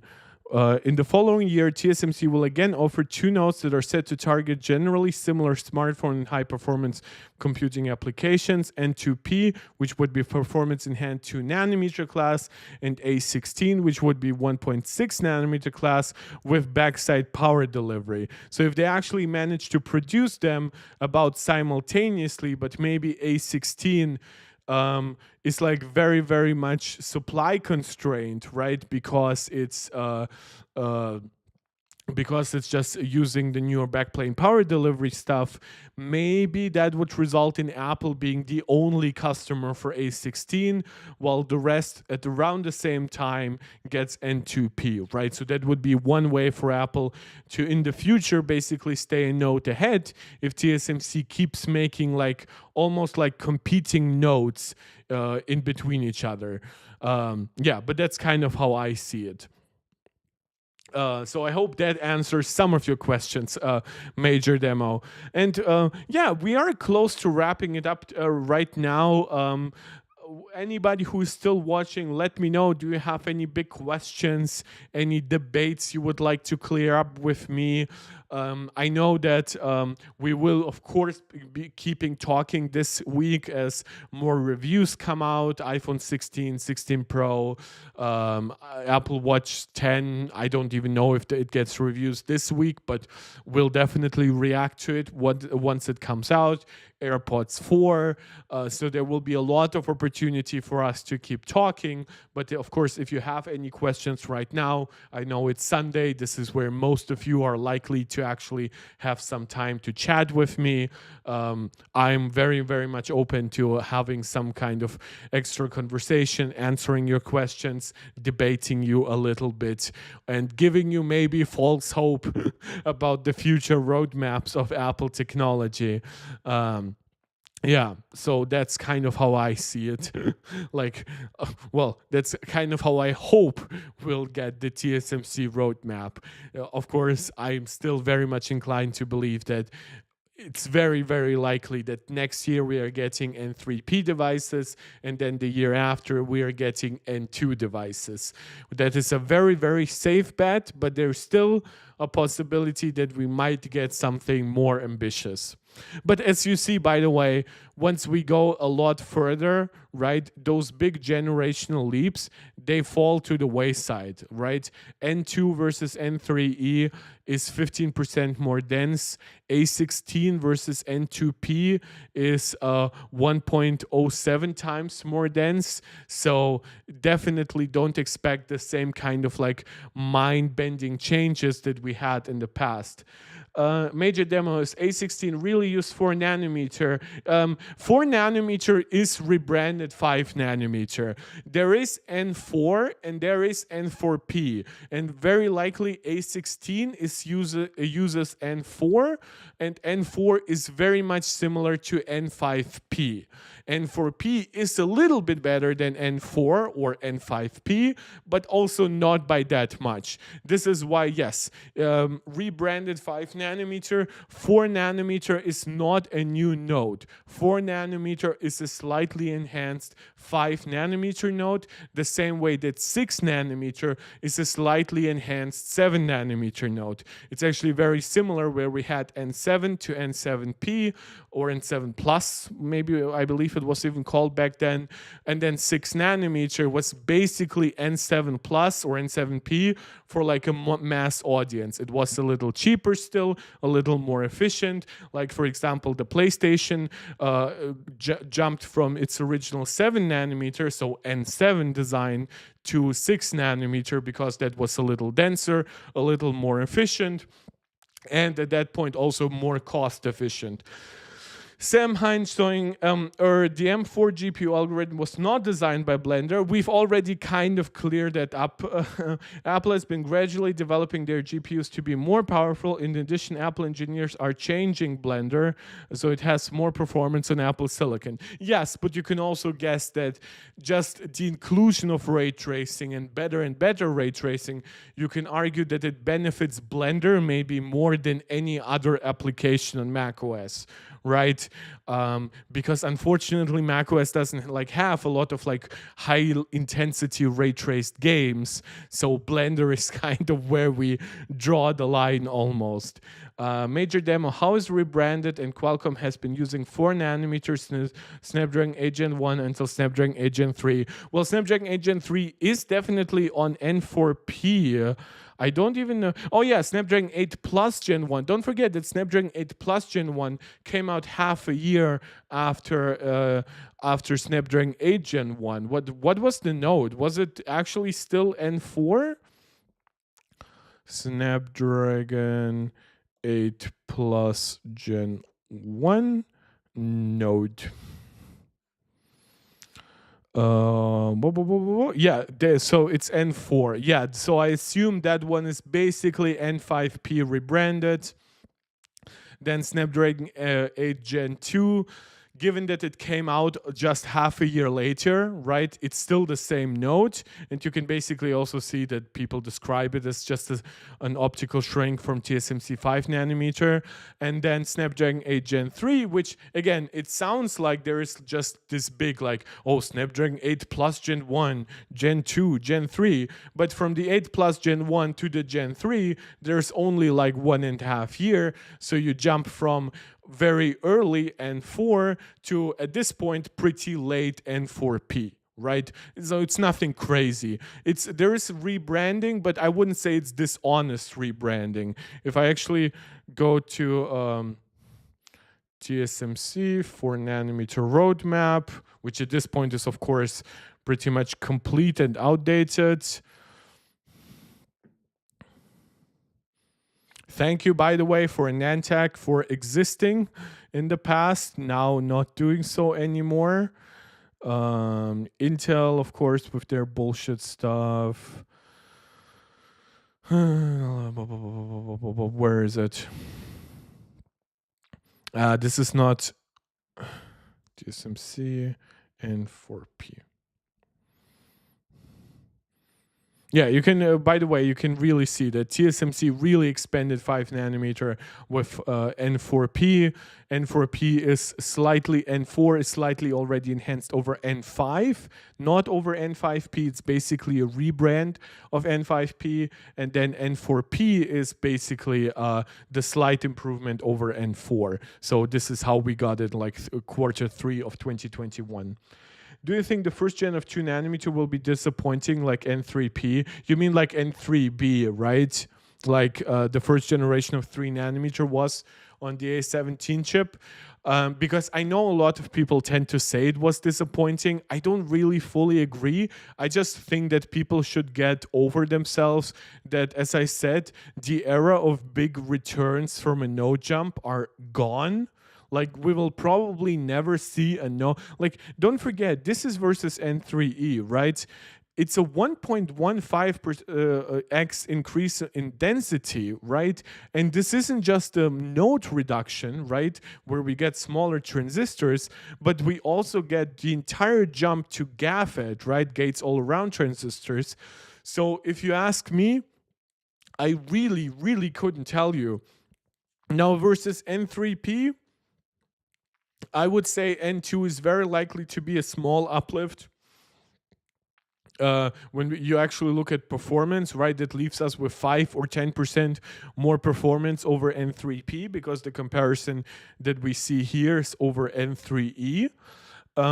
So if you actually think about it, if there is an N3P chip in between, right, if the A19 is based on N3P and then the A20 is based on N2, then yes, I believe a lot of people will say that first gen 2 nanometer is actually disappointing.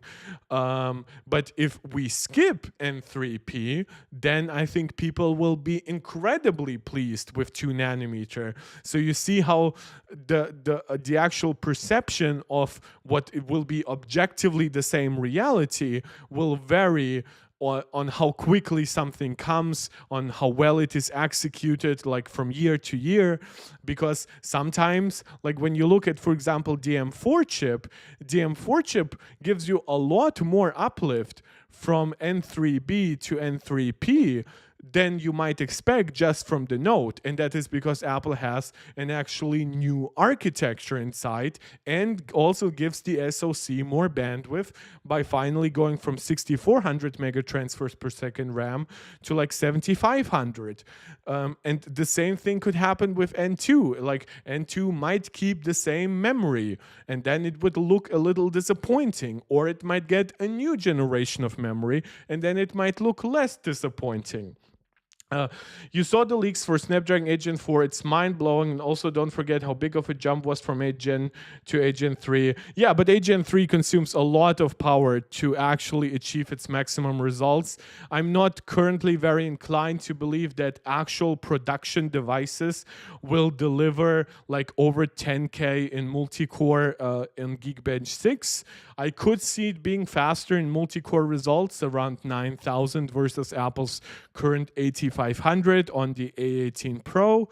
But I wouldn't call anything that comes out so early mind-blowing, because we don't know. It might do those results at like 9 watts or 10 watts. At that point, it's completely useless for regular like smartphone metrics, right? You will then have to like reevaluate it at how does it perform at 5 or 6 watts, right? So again, it's a matter of perspective.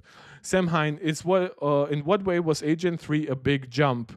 More smoke and mirrors. Well, a lot of the jump was in some ways, I believe, from memory, because I believe it had like a much better way of utilizing 8500 memory versus 8 Gen 2, even though I believe they still came with basically the same memory speeds. And I believe the GPU performed like really well in like those old benchmarks, like GFX bench. It seemed to scale really well in those, but yeah, beyond that, when we actually look at, and I'm not using Geekbench here to artificially boost Apple, I'm just going to use it as a good ground truth thing, where I'll just going to compare Snapdragon 8 Gen 2 to 8 Gen 3. I don't think in actual single core performance we got that major of an uplift, right? So Android results. So that's the Snapdragon 8 Gen 3 in the S24 Ultra, giving you around 2,200. And then on the Snapdragon 8 Gen 2 gave you around 2,000. And in multi-core results, By the way, the multi-core results were very much boosted by higher power consumption.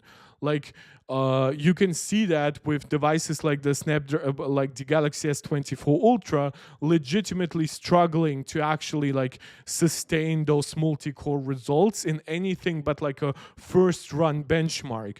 The only devices that really got a high, like really impressive uplift were the ones who are like gaming phones with like crazy amounts of cooling hardware, maybe even sometimes active cooling hardware. So while I've seen that result be like 7,000, 7,200 even, when we go back to the Snapdragon 8 Gen 2, yes, that's a nice uplift. I cannot really like begrudge you that. I'll just take 7,000, right? And 7,000 divided by, let's just even lowball it by 5,300. That's a 32% uplift.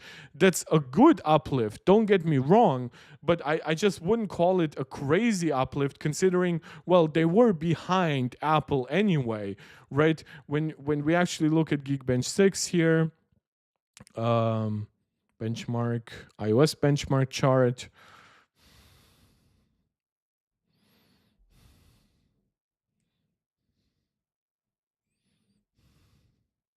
a major demo, you're saying yes.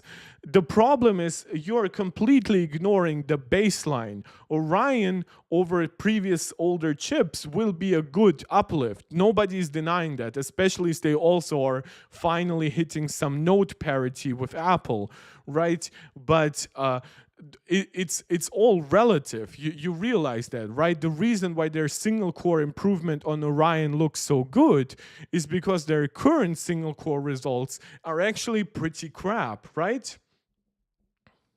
Yeah, A15 to A16 wasn't very impressive, but that has nothing to do with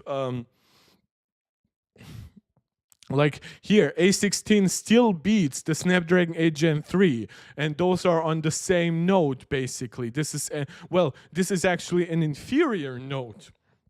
This is N4 or N5P versus Snapdragon 8 Gen 3's N3P, N4P, right? So while yes, A15 to A16 wasn't a huge uplift, that's also not very relevant when A15 had higher single core results than even the Snapdragon 8 Gen 3 still does.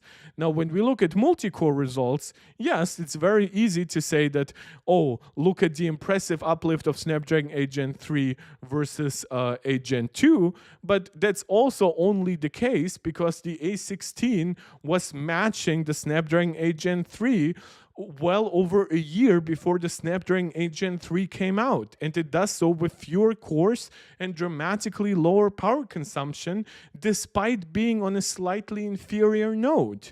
Like, I'm not trying to overplay Apple's advantage here or how much better their architecture is, but this idea that like Orion cores actually have not such great efficiency for an N4P chip at like deliver like the single core results that Apple gives you already on A17, for example, at around 2,900. Don't forget that it uses like twice the power on the Orion cores on the Snapdragon X Elite for that. But so yeah, major demo. I'm not trying to downplay what they're saying, but I think you never need to. You can never forget the baseline, right? If I start working out from today to a year from now, I can improve like crazy because I am a lousy sprinter, right? I have good endurance. I'm a big boy. I have some fat. So I can actually go for miles and miles. I can climb freaking mountains, but I cannot sprint for my life. Like, I hate it, right? So I might get twice as good in a year, right? But if I compare myself to Usain Bolt, let's say even in the same age, he might improve from one year to the next with extreme training and stuff like that. But his performance gains will be laughable versus mine because I start from a laughable baseline. You see, and this is where it like I just like let's just take the Snapdragon 8 Gen 4 as it is. Let's not overhype early leaks. Early leaks for Snapdragon chips have always been higher than real world results. I remember early benchmarks for the Snapdragon 8 Gen 3 showing that it would perform at over 2400 in single core result and well over 7500 in multi-core.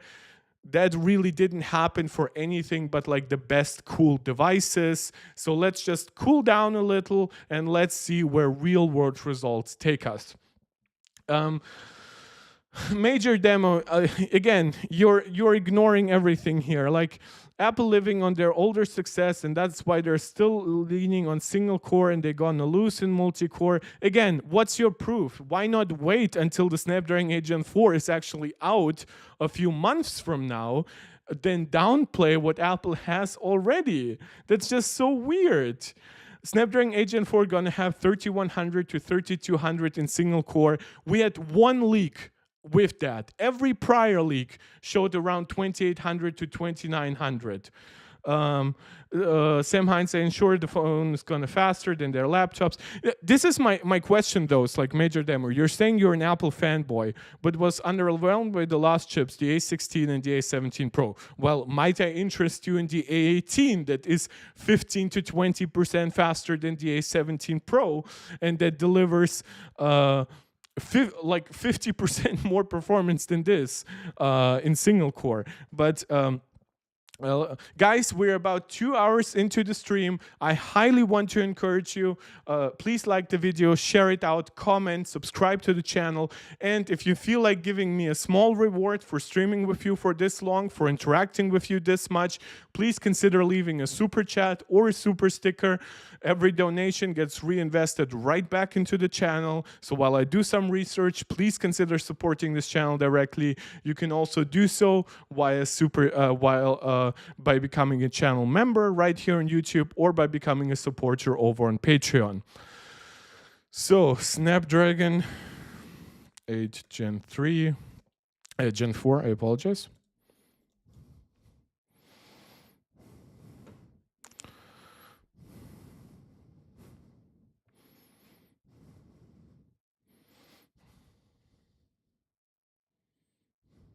Yeah, by the way, Major Demo, Sam Hine does give you a good counter here, which is you're saying Apple leans too much on single core. For one, what will you utilize the multi-core results in like the 8, 9,000 or 10,000 on like a smartphone where those multi-core results come with like 10, 12 watt spikes of power consumption, potentially more than that. Meanwhile, in single core, you are getting results that rival the 4900 KS. Yeah, but Major Demo, do you understand the comparison that I gave you? You understand if you start with a much more impressive baseline, it's harder for you to have gains that crazy. That is what ultimately happened with Intel, but Intel at some point stopped giving you gains at all. That's when AMD really caught up. When you actually look at single core performance right now, while Intel is a lot less efficient than AMD, in some ways, Intel even still leads in single core performance if you go to like the crazy 4900 KS. When you look at Apple is still the definitive leader by like 50% in single core results. Right? I just find it very unfair to say like, oh, they had bigger gains. Again, as I say, if I start sprint routine now for a year, I will have much better gains year to year than an Olympic sprinter who already performs at like 97, 98% of their maximum performance. I might get 2 times faster, but I might still end up being 2 times slower than they are, or 3 times slower, right? So that's just like, I just don't get it why we have to ignore math. Like, I'm a big math guy. I might be finishing med school, but I'm very much into math. So it's just very weird to me that we are downplaying math. X Elite power consumption. God, I wish we had like detailed data from the likes of Anantech. Um, Major demo again. I'm saying Apple jumps wasn't as big as Qualcomm. Yes, because they started from a much better baseline. You cannot expect the same jumps if somebody starts a lot farther ahead. That's just the nature of the beast. They are like real constraints that you even have with a Note, for example. You can give a chip an egregious amount of cache, for example, but it doesn't mean that everything will like magically scale that well or not. So to me, this idea that like, yes, Qualcomm has seen some bigger leaps. So like I still don't get what we are supposed to say here. Like Apple matched Snapdragon 8 Gen 3 multi-core performance in many ways on the A16 on a slightly older Note with lower power consumption at that. And the A15 still beats the Snapdragon 8 Gen 3 in single core performance. And you definitely cannot say that it beats it because of scalable matrix executions or something like that, because that was not part of the A15 or even the A14 chip.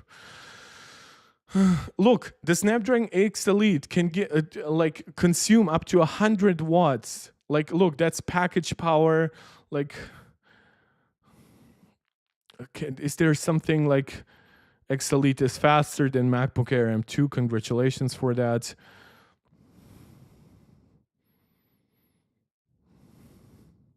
That is like capped for power. Apple M2 consumes roughly 20 watts and Snapdragon X Elite is at 23 watts.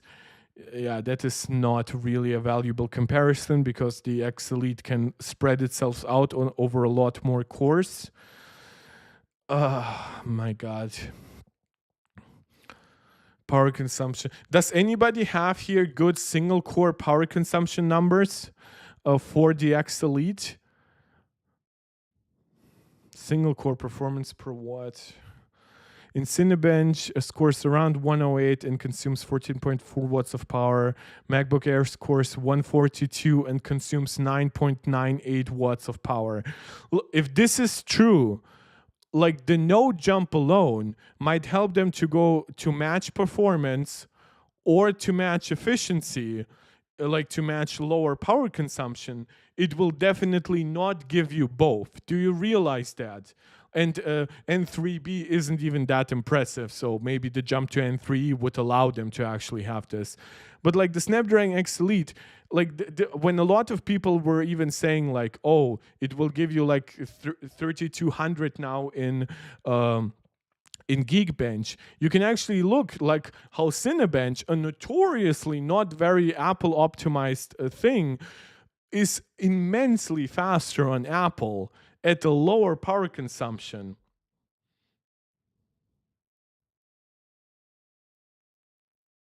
Yeah, major demo. I can actually agree with that. If that was your main point, simply about, oh, the the percentage uplift over the last two generations has been objectively better with Qualcomm, and my addendum would be because they had a much lower baseline, both in efficiency and performance. Yeah, I would agree with that. Similar to how back in like the iPhone 7 days, I believe that actually, like in terms of multi-core results, like Snapdragon chips were winning back in the day, and then Apple just took a massive leap with like the 811 or something like that, the 812 definitely. So it actually like skipped almost a little. But yeah, I did not have any like want to like put you down or your opinion here. I think that like what you're saying objectively is true.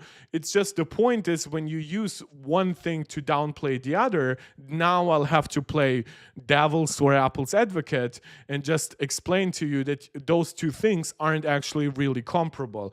It's similar to how like the United States can grow its GDP by 3%, and that's incredibly impressive. But then like some a Central African country can grow its GDP by 30%, but it will still be like orders of magnitude removed from the overall thing that the United States delivers, right? So that's kind of the point I wanted to get at. So the MacBook M3 MacBook Pro is 31% faster than the X Elite while consuming 20% less power than the X Elite. So if we actually even ignore that it's 1.31x times 1.2x and we just add those benefits and don't multiply them as we should, that's 50% higher efficiency than the X Elite. And in fact, if you actually probably downclocked Apple's results, so it actually like scored a tiny bit less, but set more more advantageously on the power efficiency curve, we might get like 60% higher efficiency or so. The older chipsets before 2020, Exynos was outperforming Snapdragon itself. Yeah, there were some interesting shifts over time. Who knows? I don't know if you know it, but like the X9025 is actually the chip that interests me the most, because this is a custom ARM design and it has like an incredibly wide execution pipeline. I wonder how much cache they exactly give it in order to satisfy that need for internal bandwidth. It's also ARM v9, the latest version in comparison to the Snapdragon X Elite and the upcoming 8 Gen 4, which will be still ARM v8 based, right? And even Apple's chips are now ARM v9. It seems like, by the way, Apple has actually jumped to ARM v9.2 effortlessly, which is really cool. Like, I expected Apple to be behind whatever the X925 offers, but it seems like whatever partnership Apple has with ARM these days, they're very close and they can get like the latest architectures pretty quickly. So that will be very interesting, because this one, now, it doesn't give you like huge memory bandwidth upgrades over previous generations, but hey, that's still faster memory than what Apple uses.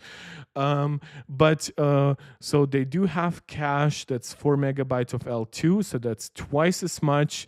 They have 14 Immortalis GPU cores. They have 2 X925, 4 A725, and this is my biggest dislike of these chips, by the way. Here, 16 megabytes of L3. So you can see they doubled both L2 and L3 cache, and they doubled the system level cache as well. So I actually forgot that they published full-on cache breakdowns. So that will be really, really cool, in my opinion, to see how much better this chip might perform. There are rumors that it might clock at 3.6 gigahertz, so it will clock dramatically lower than Apple is now close to 4.1. People are saying that the Snapdragon 8 Gen 4 will clock it up to 4.3. We have said originally that it's at 3.8 gigahertz. We've seen some early benchmark that it's at 3.65. Maybe it will actually end up at 3.8 gigahertz in real world results. So, but it's actually really interesting that it has this very definitive clock speed disadvantage. So it will have to make up a lot of it in IPC gains. So I will be very, very much inclined to, for example, the latest MediaTek chips will be based on the X925, and maybe even the newest Exynos chips would be. It seems like there is a chance that we might not actually get new Exynos chips until the next gen foldables, Exynos for Galaxy S25. That's June. Reddit report. That's 2nd September, right? So Galaxy S25 series uses only Snapdragon 8 Gen 4. Foldables may get the Exynos. So we've had for quite some while rumors that the Exynos chips next year might either be scrapped or delayed. So that would be the Exynos 2500 at that point. So it seems like we might actually have to wait quite a while to see proper competition across the board. So it might just be a fight between Apple and Qualcomm. Let's see what MediaTek does, and let's see how especially Samsung maybe utilizes their own GAFET node for the Exynos 2500. So next year, that's my main point here, I guess, is that next year will be much more interesting in terms of processors than this year. And as we've discussed in the past, there's still a small chance that Apple might jump to 2 nanometer. So maybe TSMC still manages to produce GAFET chips the same year that Samsung actually pushes them out. At that point, I'm very much inclined to believe that the 8 Gen 5 would then jump to N3P, because Apple would very much be hoarding all of 2 nanometer supply, and then we would have a very, very interesting battle of different nodes, right?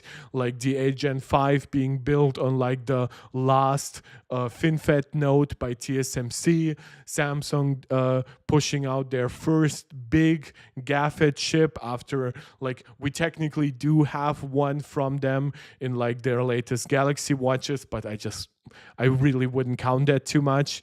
And then Apple potentially jumping to TSMC's first GAFET node and their first 2 nanometer design. So that would be very, very interesting. And that's, of course, something that will reverberate not just over when the chips are introduced, but like the year to come and stuff like that. But again, this is not an attack. You can believe whatever you want. You can root for whoever you want. I know some of you just really care about generational uplifts, and it's easy to forget like who was in the lead before and who still is in the lead. So I fully understand that sometimes the enthusiasm can just lead one to slightly misleading like conclusions overall. But it's all fun and games. I love interacting with you guys. I am wrapping this up now. Major Demo saying, did you try the anti-reflective coating on the S24 Ultra? It's cool. Yes, I tried it, but I tried it in a building, so I couldn't get the full benefits. I could see some color loss from it, but it definitely wasn't substantial enough to call it bad, right? Usually I hate anti-reflective coatings like that are this intense, but it's definitely a cool implementation. Like, it definitely doesn't kill color reproduction the way like matte displays do, right? It's definitely still a glossy screen, still a very vibrant screen. That being said, I could definitely see how my 15 Pro Max had like more vibrant colors, not in the sense that they were more saturated, because obviously that can be adjusted in software, but I could just see the colors popping more, like even if the color was exactly 1-to-1. But then again, I didn't have that much time with the S24 Ultra this year. Like, I had like real time with the S23 Ultra last year. The S21 Ultra I had a lot of time with. So the S22 and the S24 kind of skipped by me. I guess it's like a biannual thing for me. So guys, we are over 2-hour stream. Didn't expect it to be this long. Thank you all for joining. Before I leave you guys, please consider once again doing all the YouTube jazz and subscribing to the channel, liking the video, sharing it out to anybody who you think might enjoy it, and please comment on the video, not just while I'm live, because we have some crazy discrepancy, guys. We have like videos with hundreds, even thousands of views with barely any comments afterwards, because seemingly all of you either connect with me on Twitter or during the live chat. So please consider leaving an actual comment afterwards. That helps tremendously with the algorithm. That helps us with finding new people, growing the community. That would be very much appreciated. And beyond all that, whenever you catch me live, please consider leaving a small super chat or a super sticker. Any small donation gets reinvested right back into the channel. So all support is very much appreciated. And if you want to support this channel directly in the long term, consider becoming a channel member right here on YouTube. Shout out to Fizz, Angelica, and Max Maximus, who are all MarkTech Pro Max supporters right here on YouTube. Or consider becoming a supporter over on Patreon. The link for that is in the description below. As always, let me know what you would like to see me cover next.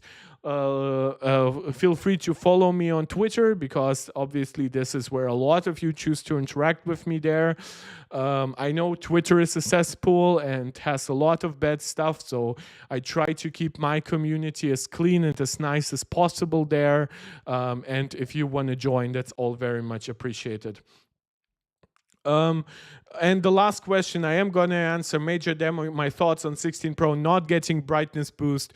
Well, given that the 15 Pro Max was already capable of 2000 nits, but was very much unable to sustain that for a long period of time, I very much hope that whatever Apple promises now with 2000 nits, by utilizing better cooling, across the entire device, a more efficient processor, a more efficient screen, and even to a degree a larger battery, a better cooled battery at that Apple will give you those 2000 nits in a very sustained way. Because one thing I do like to be very precise about is that when a lot of people bring up brightness does not usually correlate to advertised brightness. So I want to give a positive shout out to the Pixel 9 Pro, which actually does give you very cool brightness at around 2400. So maybe Apple goes from like 1800, which was more the real world result, to a full 2000, and therefore they didn't need to upgrade the actual rating. But when you go with the S24 Ultra, which has promised you quite high brightness ratings, right, at I believe like 2500 or something like that. I don't know which of their ratings refers to HDR and which one to just regular peak brightness. But when you look actually here, it didn't even match the 14 Pro Max, the 15 Pro Max. It does have its cool anti-reflective coating. And Jan joining the stream, my only male German viewer, I apologize. I am wrapping it up right now. But I just want to tell you, like, don't always look at the spec sheets. Look at actual benchmarks to see which devices perform the best. Right, and the Galaxy S24 Ultra, as cool as, by the way, its anti-reflective coating is, it definitely does not give you the same peak brightness levels as like the 15 Pro Max or even the older gen 14 Pro Max, the latest like ROG phones that have like crazy good cooling, or even like the previous generation Pixel, much less, of course. I just showed you how impressive the Pixel 9 Pro is. But that's about it for today. My voice is starting to go away. I told you all already to do all the YouTube jazz, so I'm not going to bother you one last time. Thank you again so much for joining. It was a very lively chat, very lively stream. Thank you so much for that. I'll see you guys next time. Hope I'll see everyone who joined today for the first time again. That's always very much good to see, like just the community growing person by person, live interaction by live interaction. And as always, let me know what you would like to see me cover next. This is Mark Tech, tuning out.